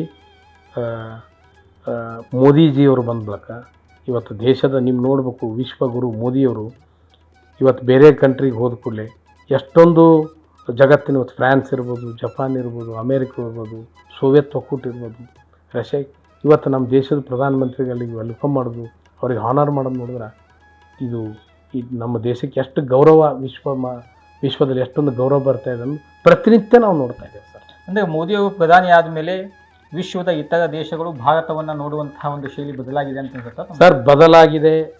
ಭಾರತ ವಿಶ್ವ ಗುರುವಿನತ್ತ ಹೊರಟಿದೆ. ಭಾರತ ಎಲ್ಲ ರೀತಿಯಲ್ಲೂ ಸಶಕ್ತವಿದೆ. ಇವತ್ತು ನಿಮ್ಗೆ ಗೊತ್ತಿರ್ಬೋದು, ಭಾರತ ಇವತ್ತು ಫುಡ್ ಗ್ರೇನ್ಸಲ್ಲಿ ಸಹಿತ ಇವತ್ತು ಸ್ವಾವಲಂಬನೆ ಆಗ್ತಾಯಿದೆ ಭಾರತ ಇವತ್ತು. ಅದೇ ರೀತಿ ಡಿಫೆನ್ಸಲ್ಲಿ ಸ್ವಾವಲಂಬನೆ ಆಗ್ತಾಯಿದೆ. ಇನ್ನೇನು ಬೇಕು ಸರ್? ಲಾಲ್ ಬಹದ್ದೂರ್ ಶಾಸ್ತ್ರಿ ಅವ್ರು ಹೇಳ್ದಂಗೆ ಜೈ ಜವಾನ್ ಜೈ ಕಿಸಾನ್. ಇವತ್ತು ನಾವು ಫುಡ್ ನಾವು ಆಹಾರದಲ್ಲಿ ನಾವು ಸೆಲ್ಫ್ ರಿಲಯನ್ಸ್, ನಾವು ಆಹಾರ ಇವತ್ತು ನಮ್ಗೆ ಇವತ್ತು ನೋಡಿ ದ್ವಿದಳ ಧಾನ್ಯಗಳು ಇಂಪೋರ್ಟ್ ಮಾಡೋದು ಕಡಿಮೆ ಆಗಿಬಿಟ್ಟಿದೆ ಸರ್. ಭಾರತ ಭಾಳಷ್ಟು ಸ್ವಾವಲಂಬನೆ ಆಗ್ತಾಯಿದೆ ಇವತ್ತು ಆಹಾರದ ಮೇಲೆ. ಇಂಪೋರ್ಟ್ ಕಡಿಮೆ ಆಗಿದೆ. ಸಕ್ಕರೆ ಉತ್ಪಾದನೆಯಲ್ಲಿ ನಾವು ಜಗತ್ತಿಗೆ ಹೆಚ್ಚಾಗ್ತಾ ಇದೆ ಸರ್ ಇವತ್ತು. ಮೊದಲು ಬ್ರೆಜಿಲ್ ಇದೆಲ್ಲ ಬೇರೆ ಕಂಟ್ರಿ. ಅದೇ ರೀತಿ ಇವತ್ತು ರಕ್ಷಣಾ ಸಾಮಗ್ರಿಗಳನ್ನು ಜೈ ಜವಾನ್ ಜೈ ಕಿಸಾನ್, ಜೈ ವಿಜ್ಞಾನ್. ಇವತ್ತು ಇಸ್ರೋ ಮಾಡಿದಂಥ ಕೆಲಸ ಇವತ್ತು ಚಂದ್ರನ ಮೇಲೆ ಹೋಗಿದೆ. ನಾವು ಇವತ್ತು ಇಸ್ರೋ ಎಷ್ಟೊಂದು ಸೆಟಲೈಟ್ಸ್ ಬಿಡ್ತಾ ಇದ್ದಾವೆ. ದೇಶದ ಪ್ರೋಗ್ರೆಸ್ಗೋಸ್ಕರ ಇರ್ಬೋದು, ದೇಶದ ರಕ್ಷಣೆಗೋಸ್ಕರ ಇರ್ಬೋದು, ದೇಶದ ಮುಂದಾಲೋಚನೆಗಳಿರ್ಬೋದು. ಇಸ್ರೋ ಇರ್ತಾರೆ. ಎಷ್ಟೊಂದು ಮೋದಿಜಿಯವರು ಅವ್ರಿಗೆ ವಿಜ್ಞಾನಿಗಳಿಗೆ ಸಪೋರ್ಟ್ ಮಾಡ್ತಾರೆ. ಇವತ್ತು ಅವ್ರಿಗೆ ಕೊಡ್ತಕ್ಕಂಥ ಫೆಸಿಲಿಟಿಗಳು ನೀವೆಲ್ಲ ಕೇಳ್ಬೋದು. ಇವತ್ತಿನ ಟೈಮ್ದಾಗ ಕೇಂದ್ರ ಸರ್ಕಾರ ಪುರಸ್ಕೃತ ಗೌರ್ಮೆಂಟ್ ಆಫ್ ಇಂಡಿಯಾದ ಅಂಡರ್ಲ್ಲಿ ಇರ್ತಕ್ಕಂಥ ಸಂಸ್ಥೆಗಳಲ್ಲಿ ಅವ್ರ ಸ್ಯಾಲ್ರಿ ಇಲ್ರಿ ಕೇಳಿದ್ರೆ ಗಾಬರಿ ಆಗ್ತದೆ. ಇವತ್ತು ರೈಲ್ವೇದು, ಇವತ್ತು HALದು ಇದೆಲ್ಲ ನೀವು ಶೇರ್ ವ್ಯಾಲ್ಯೂ ನೋಡಿದ್ರೆ it is increasing like anything. ಇವತ್ತು ರೈಲ್ವೆ ರಕ್ಷಣಾ ಸಾಮಗ್ರಿಗಳಿರ್ಬೋದು, ಬೇರೆ ಬೇರೆ ಕಡೆ ಇವತ್ತು ಏನಪ್ಪ ಸರ್ಕಾರಿ ಸ್ವಾಮ್ಯದ ಸಂಸ್ಥೆಗಳು ಮುಚ್ಚಿ ಹೋಗ್ತಾ ಇದ್ದು. ಎಲ್ಲ ಕಾಂಗ್ರೆಸ್ ಗೌರ್ಮೆಂಟ್ ಇದ್ದಕ್ಕಾರೆ ಒಂದು ಸರ್ಕಾರ ದೊಡ್ಡ ದೊಡ್ಡ ಸಂಸ್ಥೆಗಳನ್ನು ಮುಚ್ಚಾಕ್ಬಿಟ್ಟಿದ್ರು ಸರ್. ಇವತ್ತು ಅವು ಕುಡ್ದು ಸರ್ ಎಷ್ಟೊಂದು ಅಲ್ಲಿ ಇದ್ದ ಎಂಪ್ಲಾಯೀಸ್ಗಳಿಗೆ ಎಷ್ಟು ಹೆಚ್ಚಾಗ್ಯಾರ, ಅವ್ರ ಸ್ಯಾಲ್ರಿ ಎಷ್ಟು ಹೆಚ್ಚಾಗ್ಯಾವ, ಅವ್ರು ಕೊಡ್ತಕ್ಕಂಥ ಫೆಸಿಲಿಟಿ ಹೆಚ್ಚಾಗ್ಯಾರ, ಆ ಸಂಸ್ಥೆ ಶೇರ್ ವ್ಯಾಲ್ಯೂ ಎಷ್ಟು ಹೆಚ್ಚಾಗ್ಯಾವ, ನೀವು ಚೆಕ್ ಮಾಡಿರಿ ಮಾರ್ಕೆಟ್ಗೆ. ಇನ್ನೊಂದು ಆರೋಪ ಇದೆ, ಇಷ್ಟೆಲ್ಲ ನಾವು ಈ ಒಂದು ರಕ್ಷಣಾ ವಿಷಯಕ್ಕೆ ಸಂಬಂಧಪಟ್ಟಂತೆ ಹಣವನ್ನು ನಾವು ಖರ್ಚು ಮಾಡ್ತಾ ಇದ್ದೇವೆ, ಆದರೆ ದೇಶದಲ್ಲಿ ಇನ್ನೂ ಬಡತನ ನಿರುದ್ಯೋಗ ಇದೆ. ಇದು ದೇಶಕ್ಕೆ ಸರ್ ಬಡತನ ಅವಶ್ಯಕತೆ ಇದೆನಾ? ಇಲ್ಲ, ಬಡತನ ದೇಶದಲ್ಲಿ ಭಾಳಷ್ಟು ನಿರ್ಮೂಲನೆ ಆಗ್ತದೆ. ಇವತ್ತು ನಿಮ್ಗೆ ನನ್ನ ಆ ವಿಷಯದಲ್ಲಿ ನೋಡಿದ್ರೆ ದೇಶ ನನ್ನ ಆಗಲೇ ಹೇಳಿಲ್ಲ, ದೇಶದಲ್ಲಿ ಬಡತನ ಭಾಳಷ್ಟು ನಿರ್ಮೂಲನೆ ಆಗ್ತದೆ.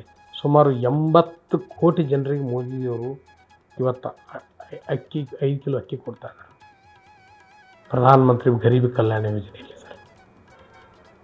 ಮತ್ತು ಸಾಕಷ್ಟು ಆದ ನಿವಾಸಿಗಳಿಗೆ ತಮಗೆಲ್ಲ ಗೊತ್ತಿರ್ಬೋದು, ಇದು ಮಣಿಪುರ, ಮೇಘಾಲಯ, ಆಸಾಮು, ಅಲ್ಲೆಲ್ಲ ಇವತ್ತು ಎಷ್ಟೊಂದು ಇನ್ಫ್ರಾಸ್ಟ್ರಕ್ಚರ್ DRDOದಿಂದ ಸಾಕಷ್ಟು ರಸ್ತೆಗಳನ್ನು ಮಾಡಿ ಅಲ್ಲೆಲ್ಲ ಇವತ್ತು ಸಾಕಷ್ಟು ಆಸಾಮದಲ್ಲಿ ಇದು ಇವತ್ತು ಆಸಾಮರಲ್ಲಿ ರೈಸ್ ಬೆಳೀತಾ ಇರೋದು ನೋಡಿದ್ರೆ ಇವತ್ತು ಎಕ್ಸ್ಪೋರ್ಟ್ ಕ್ವಾಲಿಟಿ ರೈಸ್ ಬೆಳೀತಾ ಇದ್ದಾರೆ. ಮತ್ತು ಸಾಕಷ್ಟು DBT ಮೋದಿಯವರು ಮಾಡಿದ ಒಂದು ದೊಡ್ಡ ಕೆಲಸ ಡೈರೆಕ್ಟ್ ಬೆನಿಫಿಟ್ ಟ್ರಾನ್ಸ್ಫರ್. DBT ಮಾಡಿದ್ರಿಂದ ಪ್ರತಿಯೊಬ್ಬರಿಗೂ ಸಹಿತ ಫಲಾನುಭವಿಗಳಿಗೆ ನೇರವಾಗಿ ಅಲ್ಲಿ 1,000 ರೂಪಾಯಿ ಹಾಕಿದ್ರೆ ನೇರವಾಗಿ 1,000 ರೂಪಾಯಿ ಫಲಾನುಭವಿಗಳ ಅಕೌಂಟಿಗೆ ಅದು ಜಮಾ ಆಗ್ತದೆ. ಇದು ಎಂದೆಂದೂ ಆಗಿಲ್ಲ. ಇಡೀ ವರ್ಲ್ಡ್ದಲ್ಲಿ ಹೈಯೆಸ್ಟ್ DBT ಮಾಡ್ತಕ್ಕಂಥ ಕಂಟ್ರಿ, ಫಲಾನುಭವಿಗಳಿಗೆ ಡೈರೆಕ್ಟ್ ಅಮೌಂಟ್ ಟ್ರಾನ್ಸ್ಫರ್ ಆಗೋ ಕಂಟ್ರಿ ಆಗಿದ್ರೆ ಅದು ಭಾರತ ದೇಶ. ಹೀಗಾಗಿ ಬಡವರಿಗೆ ಮಾಡ್ತಕ್ಕಂಥ ಎಲ್ಲ ಒಂದು ಬಡವರಿಗೆ ಫಲಾನುಭವಿಗಳಿಗೆ ಅವ್ರ ಫಲಾನುಭವಿಯಾದ ಏನು ಸರ್ಕಾರದಿಂದ ಬರ್ತಕ್ಕಂಥ ಸೌಲಭ್ಯ ಜನ್ಧನ್ ಖಾತೆ ಮುಖಾಂತರ ಅವ್ರಿಗೆಲ್ಲ ಜಮಾ ಆಗ್ತಾ ಇರೋದ್ರಿಂದ ಭಾಳಷ್ಟು ಬಡತನ ಇವತ್ತು ಭಾಳಷ್ಟು ಅಪ್ಲಿಫ್ಟ್ ಮಾಡಿದ್ದಾರೆ ಮೋದಿಯವರು. ಹೀಗಾಗಿ ದೇಶದಲ್ಲಿ ಮೋದಿಯವರು ಎಲ್ಲರನ್ನು ಬಡವರು, ಶ್ರೀಮಂತರು, ಮಧ್ಯಮದವರು, ಕೃಷಿಕರು, ಕಾರ್ಮಿಕರು ಮತ್ತು ಸಾಕಷ್ಟು ವಿಜ್ಞಾನಿಗಳಿರ್ಬೋದು, ಇಂಡಸ್ಟ್ರಿಯಲಿಸ್ಟ್ ಇರ್ಬೋದು, ಹೀಗಾಗಿ ಎಲ್ಲರಿಗೂ ಒಂದೇ ದೃಷ್ಟಿಯಲ್ಲಿ ನೋಡಿಕೊಂಡ್ರು ಯಾರಿಗೆ ಏನು ಕೊಡಬೇಕು, ಯಾರಿಗೆ ಏನು ಅವಕಾಶ ಕೊಡಬೇಕು, ಎಲ್ಲರಿಗೆ ಲಿಫ್ಟ್ ಮಾಡ್ತಾ ಇರೋದ್ರಿಂದ ಇವತ್ತು ಭಾರತ ವಿಶ್ವದಲ್ಲಿ 5ನೇ ಅತಿ ದೊಡ್ಡ ಆರ್ಥಿಕತೆ ದೇಶ ಇದೆ. ಇನ್ನು ಕೆಲವೇ ದಿನಗಳಲ್ಲಿ ವಿಶ್ವದ 3ನೇ ಆರ್ಥಿಕ ದೇಶಕ್ಕೆ ಇವತ್ತಿನ GDP ನೋಡಿದ್ರೆ ವಿಶ್ವದಲ್ಲೇ ಗಾಬರಿ ಆಗ್ತದೆ. ಇದೆಲ್ಲ ಸಾಧ್ಯತೆ ಹೆಂಗಾಗ್ತದಪ್ಪ ಅಂದ್ರೆ ದಿಟ್ಟ ನಾಯಕತ್ವ. ಅವರು ಸುಮಾರು ಹಗಲಿರುಳು ದೇಶಕ್ಕಾಗಿ ದುಡಿತಾ ಇರೋದ್ರಿಂದ ಇಷ್ಟೆಲ್ಲ ಆಗ್ತಾಯಿದೆ. ಸೆಂಟ್ರಲ್ ಗೌರ್ಮೆಂಟಲ್ಲಿ ನೋಡಬಹುದು, ಲಾಸ್ಟ್ ಕಾಲದ ಆಪ್ಷನ್ ಯಾವುದಾದ್ರೂ ಒಂದು ದೊಡ್ಡ ಸ್ಕ್ಯಾಮ್ ಆಗಿದೆನಾ ಸರ್? ತಾವೆಲ್ಲ ಕೇಳಿರ್ಬೋದು, ಎಂದು 2G ಸ್ಪೆಕ್ಟ್ರಮ್ದು, ಕಲ್ಲಿದ್ದಲದು, ನಾನು ಹಗಲೇ ಇದೆ ಬೋಫೋರ್ಸ್ ಹಗರಣದಂಥ ಹಗರಣ ಏನಾಗಿತ್ತು? ಇವತ್ತೇನು ಆ ಥರ ಆಗ್ತಾಯಿದೆ ಸರ್. ರಫೇಲ್ ಬಗ್ಗೆ ಏನೋ ಕಾಂಗ್ರೆಸ್ ನಾಯಕರು ಭಾಳಷ್ಟು ಟೀಕೆ ಟಿಪ್ಪಣಿ ಮಾಡಿದ್ರು. ಏನಾಗಿತ್ತು? ಕೋರ್ಟ್ ಡಿಸಿಷನ್ ಏನು ಕೊಡ್ತು? This is all. ಮೊದಲು ಏನಿತ್ತಪ್ಪ ಅಂದ್ರೆ ಎಲ್ಲನೂ ಒಂದು ದೇಶವನ್ನು ಆಳ್ತಕ್ಕಂಥ ಒಂದೇ ಕುಟುಂಬದಿಂದ ಅವರು ಮೊದಲು ತಮ್ಮ ಸ್ವಾರ್ಥಕ್ಕೋಸ್ಕರವಾಗಿ ಇಡೀ ದೇಶನೇ ಬಲಿ ಕೊಟ್ಟಿದ್ರು, ದೇಶದ ಜನತೆಗೆ ಬಲಿ ಕೊಟ್ಟಿದ್ರು, ದೇಶದ ಬಡವರಾಗಿ ಉಳಿದ್ರು ಸರ್. ಗರೀಬ್ ಹಠಾವ್ ಅಂತೇಳಿ ಇಂದಿರಾ ಗಾಂಧಿ ಎಷ್ಟು ವರ್ಷಗಳ ಹಿಂದಿದ್ರು, ಅದನ್ನು ಗರೀಬ್ ಹಠಾವ್ ಮಾಡೋಕ್ಕೆ ಮೋದಿ ಬರಬೇಕಾಯ್ತು. ಇವತ್ತು ಉಜ್ವಲಾಗಿ ಅತ್ಯಂತ 2 ಪ್ರಮುಖವಾದ ಒಂದು ಯೋಜನೆ ಕೊಟ್ಟಿದ್ದು ಮೋದಿಯವರು ಅಪ್ಪ ಅಂದ್ರೆ ಒಂದು ಗ್ಯಾಸ್ ಮತ್ತು ಒಂದು ಲೈಟ್ ಕನೆಕ್ಷನ್ ಕೊಟ್ಟು ಎಷ್ಟು ಕೋಟಿ ಜನರಿಗೆ ಇವತ್ತು ಲೈಟು ಗ್ಯಾಸ್ ಕನೆಕ್ಷನ್ ಕೊಟ್ಟು ಅವರಿಗೆ ಪ್ರತಿ ಕಿಸಾನ್ ಸಮ್ಮಾನ್ ಯೋಜನೆ ಇರ್ಬೋದು, ಬೇರೆ ಬೇರೆ ಮಹಿಳೆಯರ ಯೋಜನೆಯಲ್ಲಿ ಡೈರೆಕ್ಟ್ ಅವ್ರ ಅಕೌಂಟಿಗೆ ಟ್ರಾನ್ಸ್ಫರ್ ಆಗೋದು ಮಾಡಿದ್ದು ಯಾರು ಮಾಡಿದ್ರು ಸರ್? ಇದೇ ಕಾಂಗ್ರೆಸ್ಸಿನ ಮಾಜಿ ಪ್ರಧಾನಮಂತ್ರಿಗಳು ಹೇಳಿದರು, ರಾಜೀವ್ ಗಾಂಧಿಯವರು. ಇವತ್ತು 1 ರೂಪಾಯಿ ಸರ್ಕಾರಕ್ಕೆ ನಾವು ಸರ್ಕಾರ ಕೊಡ್ಬೇಕಂದ್ರೆ ಫಲಾನುಭವಿಗಳು ಬರೀ 15 ಪೈಸೆ ಮುಟ್ತೇವೆ. ಆದರೆ ಇವತ್ತು ಹಾಗೇನಿಲ್ಲ. ಸೆಂಟ್ರಲ್ ಗೌರ್ಮೆಂಟದಲ್ಲಿ ಯಾವುದ್ಯಾವುದು ಸ್ಕ್ಯಾಮ್ ಇಲ್ಲ. ಸೆಂಟ್ರಲ್ ಗೌರ್ಮೆಂಟ್ ನಿಮ್ಗೆ ಗೊತ್ತಿರ್ಬೋದು, ಕಲ್ಲಿದ್ದಲ್ಲಿ ಸಹಿತ ನಮ್ಮ ದೇಶ ಸ್ವಾವಲಂಬನೆ ಆಗ್ತದೆ. ಇಂಪೋರ್ಟ್ ಆಫ್ ದ ಕೋಲ್ is reducing like anything. So ಇಂಡಿಯಾದ ಎಲ್ಲಿ ಹೋಗ್ತಿತ್ತು ಸರ್? ರಕ್ಷಣಾ ಸಾಮಗ್ರಿಗೆ ಹೋಗ್ತಿತ್ತು, ಕೋಲ್ ಇಂಪೋರ್ಟಿಗೆ ಹೋಗ್ತಿತ್ತು, ಇವೆಲ್ಲ ಕಡಿಮೆ ಆಗಿಬಿಟ್ಟು ಸರ್.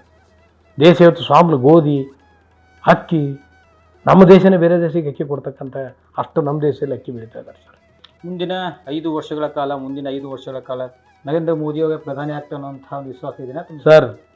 ಈಗಾಗಲೇ ಈ ಭಾರತ ದೇಶದ ಪ್ರಜೆಗಳು ನಾವು ಈ ದೇಶದಲ್ಲಿ ಸುರಕ್ಷಿತ ಮತ್ತು ನಮಗೆ ಗೌರವ ಮತ್ತು ನಮ್ಮ ಅಭಿವೃದ್ಧಿ ನೋಡಬೇಕಪ್ಪ ಅಂದ್ರೆ ನಾವು ಮತ್ತೊಮ್ಮೆ ಮೋದಿಜಿಯವರು ಈ ದೇಶದ ಪ್ರಧಾನಮಂತ್ರಿ ಆಗಬೇಕು, ಭಾರತ ದೇಶ ವಿಶ್ವಗುರು ಆಗ್ಬೇಕಂತೇಳಿ ಈಗಾಗಲೇ ಎಲ್ಲ ಡಿಸೈಡ್ ಮಾಡಿಬಿಟ್ಟಿದ್ದಾರೆ. ನಾನು ಸುಮಾರು 25 ದಿನಗಳಿಂದ ಹಳ್ಳಿಗಳಲ್ಲಿ ಸುಮಾರು ನಾನು ನೋಡೋಕ್ಕಾಗಿ ಪ್ರತಿಯೊಂದು ಮಗುವಿನ ಬಾಯಲ್ಲಿ ಸಹಿತ ಇವತ್ತು ಪರಿಸ್ಥಿತಿ ಏನು ಬಂದಿದೆಯಪ್ಪ ಅಂದ್ರೆ ಒಂದು 6 ವರ್ಷದ 7 ವರ್ಷದ ಮಗು ತನ್ನ ತಾಯಿ ವೋಟಿಂಗ್ ಹಾಕಲ್ಕೆ ಹೋಗ್ತಾಳೆ ಅಂದ್ರೆ ಅಮ್ಮ ಮೋದಿಜಿ ವೋಟ್ ಹಾಕ್ಬಾ ಅಮ್ಮ ಅಂತ ಹೇಳೋ ಪರಿಸ್ಥಿತಿ ಬಂದಿದೆ. ಒಂದು ಮಗು ತನ್ನ ತಾಯಿಗೆ ತನ್ನ ಅಜ್ಜಿಗೆ ಅಮ್ಮ ಮೋದಿಜಿಯವರ ಕಮಲದ ಹೂಕ್ಕೆ ವೋಟ್ ಹಾಕ್ಬಾ ಅಮ್ಮ ಅಂತೇಳಿ ಅಂತಂತ ಮೋದಿಜಿಯವರ ನಾಮ ಮತ್ತು ಕಮಲದ ಒಂದು ಚಿಹ್ನೆ ಹಳ್ಳಿಯಲ್ಲಿ ಮೂಲೆಗಳಲ್ಲಿ ಸಹಿತ ತಲುಪಿದೆ ಸರ್. ಹೀಗಾಗಿ ಭಾರತದ ಮೋದಿಜಿಯವರು ಯಾಕೆ ಅವರು ಅಬ್ ಕಿ ಬಾರ್ 400 ಪಾರ್ ಅಂತಿದ್ದಾರಪ್ಪ ಅಂದ್ರೆ ಅದನ್ನು ನಿಮಗೆ ಸ್ಪಷ್ಟಪಡ್ತೀನಿ. ಕೆಲವೊಂದು ನಾನು ನಿಮ್ಗೆ ಹೇಳಿದ್ದೇನೆ, ಏರ್ ಸ್ಟ್ರೈಕದ್ದು ಕೆಲವೊಂದು ಪಾಲಿಸೀಸ್ ಮಾಡಬೇಕಪ್ಪ ಆದರೆ ಭಾರತ ದೇಶಕ್ಕೆ ಬಲಿಷ್ಠ ಸರ್ಕಾರ ಬೇಕಾಗ್ತದೆ. ಬಲಿಷ್ಠ ಬಹುಮತ ಸರ್ಕಾರ ಇದ್ದಪ್ಪ ಅಂದರೆ ವಿಶ್ವದಲ್ಲಿ ನಮಗೆ ಮಾನ್ಯತೆ ಸಿಗ್ತಿರ್ತದೆ. ಹೀಗಾಗಿ ಮೋದಿಜಿಯವರು ಕೆಲವೊಂದು ವಿಶ್ವ ಮಟ್ಟದಲ್ಲಿರ್ತಕ್ಕಂಥ ದೇಶದ ಬದಲಾವಣೆ ದೃಷ್ಟಿಯಲ್ಲಿರ್ತಕ್ಕಂಥ ದಿಟ್ಟ ನಿರ್ಧಾರಗಳನ್ನು ತಗೋಬೇಕಂತ ಹೇಳಿ ಅವರು ಈ ದೇಶ ಜನತೆ ಕೊಟ್ಟಿದ್ದು ಅಬ್ ಕಿ ಬಾರ್ 400 ಪಾರ್. ನನಗೊಂದು ಬಲಾಢ್ಯ ನನ್ನ ರಟ್ಟೆಯನ್ನು ಬಲಪಡಿಸ್ರಿ, ನಾನು ಈ ದೇಶನ ವಿಶ್ವಗುರು ಮಾಡ್ತೀನಿ. ಅವ್ರು ಹೇಳಿದ್ರು 2047ಕ್ಕೆ ಭಾರತ ದೇಶ 100 ವರ್ಷ ಆಗ್ತದೆ ಸ್ವಾತಂತ್ರ್ಯ ಸಿಕ್ಕು. ಆ ಸಮಯದಲ್ಲಿ ಭಾರತ ಮತ್ತೊಮ್ಮೆ ವಿಶ್ವಗುರು, ಎಲ್ಲರಲ್ಲಿ ತಂತ್ರಜ್ಞಾನದಲ್ಲಿ, ಆರ್ಥಿಕತೆಯಲ್ಲಿ, ಮಿಲಿಟ್ರಿಯಲ್ಲಿ, ಆಹಾರ ಉತ್ಪನ್ನದಲ್ಲಿ, ಸಂಸ್ಕೃತಿಯಲ್ಲಿ, ಸಂಸ್ಕಾರದಲ್ಲಿ ಸಹಿತ ಭಾರತ ವಿಶ್ವದಲ್ಲಿ ವಿಶ್ವಗುರುವಾಗಿ ನಂಬರ್ 1 ದೇಶ ಇರಬೇಕಂಥೇಳಿ ಮೋದಿಜಿಯವರು ಆ ದೃಷ್ಟಿಯಿಂದ ಇಷ್ಟೊಂದು ಮೋದಿಜಿಯವರು ಹಗಲಿರುಳು ಅನ್ನಲಾರದೆ ಒಂದು ದಿನಕ್ಕೆ 18ರಿಂದ 19 ತಾಸು ಕೆಲಸ ಮಾಡಿದ್ರೆ ಸಾಮಾನ್ಯ ವಿಷಯ ಸರ್. ಇವತ್ತು ತಾವರು ಚುನಾವಣೆ ಭಾಷಣಗಳು ನೋಡಿರ್ಬೋದು. ಪ್ರತಿಯೊಂದು ಭಾಗದ ಆ ಭಾಗದಲ್ಲಿರ್ತಕ್ಕಂಥ ಸಮಸ್ಯೆನೂ ಆ ಭಾಗದಲ್ಲಿರ್ತಕ್ಕಂಥ ಒಂದು ಸಂಸ್ಕೃತಿ ಸಂಸ್ಕಾರವನ್ನು ಆ ಜನರ ಮುಂದೆ ನೆನಪಿಸ್ಕೊಂಡು ಸ್ಟಡಿ ಮಾಡಿದಾರಪ್ಪ ಅಂದ್ರೆ ಅವರೊಬ್ಬ ಮಹಾನ್ ಮಾನವತಾವಾದಿ ಮತ್ತು ಅವರಂತಲ್ಲಿ ಎಲ್ಲ ಒಂದು ಅರ್ಹತೆಗಳಿದ್ದಾವೆ. ಹೀಗಾಗಿ ನಾವು ಎಲ್ಲರೂ ಈಗಾಗಲೇ ಜನ ಡಿಸೈಡ್ ಮಾಡಿದ್ದಾರೆ. ತಮಗೆಲ್ಲ ನಿಮ್ಗೆ ಹೇಳಿದ್ಬೋದು, ಕಾಂಗ್ರೆಸ್ ಪಕ್ಷದವರು ಮೊನ್ನೆನೇ ಸನ್ಮಾನ್ಯ ಗೃಹ ಮಂತ್ರಿಗಳಿಗೂ ತಮಗೆಲ್ಲ ಗೊತ್ತಿರ್ಬೋದು, ಒಂದು ಟೆಕ್ನಾಲಜಿ ಮುಖಾಂತರ ವಿಡಿಯೋ ತಿರುಚಿ ಏನೇನೋ ಫೇಕ್ ವಿಡಿಯೋ ರಿಲೀಸ್ ಮಾಡಿದರು. ಇದೆಲ್ಲ ಮಾಡ್ತಾ ಇರೋದ್ರಿಂದ ಫೇಕ್ ಟ್ವಿಟರ್ ಮಾಡ್ತಾ ಇರೋದ್ರಿಂದ ಫೇಕ್ ನ್ಯೂಸ್ ಮಾಡೋದ್ರಿಂದ ಸಾಕಷ್ಟು ಮೋದಿಜಿಯವರ ಹಿನ್ನಡೆ ಮಾಡೋಕ್ಕೆ ಪ್ರಯತ್ನ ಮಾಡ್ತಾಯಿದ್ರೆ ಅದು ಸಾಧ್ಯನೇ ಇಲ್ಲ. ಅವರೊಬ್ಬರು ಶ್ರೇಷ್ಠ ಇವತ್ತು ಮೋದಿಜಿಯವರು ಏನು ಮಾತಾಡ್ತಾರೆ ಅದು ಜನ ಒಪ್ಕೋತಾರೆ. ಅವ್ರು ಯಾಕೆ ಒಪ್ಕೋತಾರಪ್ಪ ಅಂದ್ರೆ ಅವ್ರು ಸತ್ಯನ ಮಾತಾಡ್ತಾರೆ, ಆ ಕಾಳಜಿ ಅವ್ರ ಮಾತಿನಲ್ಲಿದೆ ಅಂತ ಮಾತಾಡ್ತಾರೆ, ಅದಕ್ಕೆ ಜನ ಒಪ್ಕೋತಾರೆ. ಹೀಗಾಗಿ ಯಾವುದೇ ಸಂದೇಶ ಇರ್ಬೋದು, ಇವತ್ತು ವಿಜಯಪುರ ಇರ್ಬೋದು, ಬಾಗಲಕೋಟೆ ಇರ್ಬೋದು, ಗುಲ್ಬರ್ಗ ಇರ್ಬೋದು, ಯಾವುದೇ ದೇಶದಲ್ಲಿ ಎಲ್ಲ ಕ್ಷೇತ್ರಗಳಲ್ಲಿ ಸಹಿತ ಮೋದಿಯವರು ಇದೆ. ಹೀಗಾಗಿ ಮತ್ತೊಮ್ಮೆ ಮೋದಿಯವರು ಅತ್ಯಂತ ಪ್ರಚಂಡ ಬಹುಮತದಿಂದ ಅವರು ಜಯಗಳಿಸಿ 3ನೇ ಬಾರಿಗೆ ಪ್ರಧಾನಮಂತ್ರಿಗಳಾಗ್ತಾರೆ. ದೇಶದಲ್ಲಿ ತಮಗೆಲ್ಲ ಗೊತ್ತು ಸಮಾನ ನಾಗರಿಕತೆ ಮತ್ತು ಇಂಥ ಬಹಳಷ್ಟು ದಿಟ್ಟ ನಿರ್ಧಾರಗಳನ್ನು ಅವ್ರು ತಗೋತಾರೆ. ಈ ದೇಶ ಸುರಕ್ಷಿತವಾಗಿ ದೇಶವಾಗಿ ಹೊಮ್ತದೆ. ಈ ದೇಶ ವಿಶ್ವದಲ್ಲಿ ಸಹಿತ ಒಂದು ಶ್ರೇಷ್ಠ ದೇಶ ಆರ್ಥಿಕತೆಯಿಂದ ಮತ್ತು ಭದ್ರತಾ ದೃಷ್ಟಿಯಿಂದ ಇರ್ಬೋದು, ಟೆಕ್ನಾಲಜಿ ಮತ್ತು ರಿಸರ್ಚ್ ಇರ್ಬೋದು, ಎಜುಕೇಷನ್ ಇರ್ಬೋದು, ಅಗ್ರಿಕಲ್ಚರ್ ಇರ್ಬೋದು, in all the field the country will become number 1 in the world. No doubt at all sir. ಇಷ್ಟೊತ್ತಿನ ತನಕ ನಮ್ಮ ಜೊತೆ ಇದ್ದು ನರೇಂದ್ರ ಮೋದಿಯವರ 10 ವರ್ಷದ ಆಡಳಿತದಲ್ಲಿ ದೇಶದ ಬಾಹ್ಯ ಭದ್ರತೆ ಮತ್ತು ಆಂತರಿಕ ಭದ್ರತೆಯ ವಿಷಯ ಬಗ್ಗೆ ಚರ್ಚೆಯನ್ನು ಮಾಡಿದಂಥ ಭಾರತೀಯ ಜನತಾ ಪಕ್ಷದ ಯುವ ನಾಯಕರು ಹಾಗೂ ಮಾಜಿ ಪಾಲಿಕೆ ಸದಸ್ಯರಾದಂಥ ಶ್ರೀ ರವೀಂದ್ರ ಲೋಣಿ ಅವರಿಗೆ ವಂದನೆಗಳನ್ನು ಸಲ್ಲಿಸ್ತಾ ಇದ್ದೇನೆ. ನಮಸ್ಕಾರ. Thank you sir. Thank you.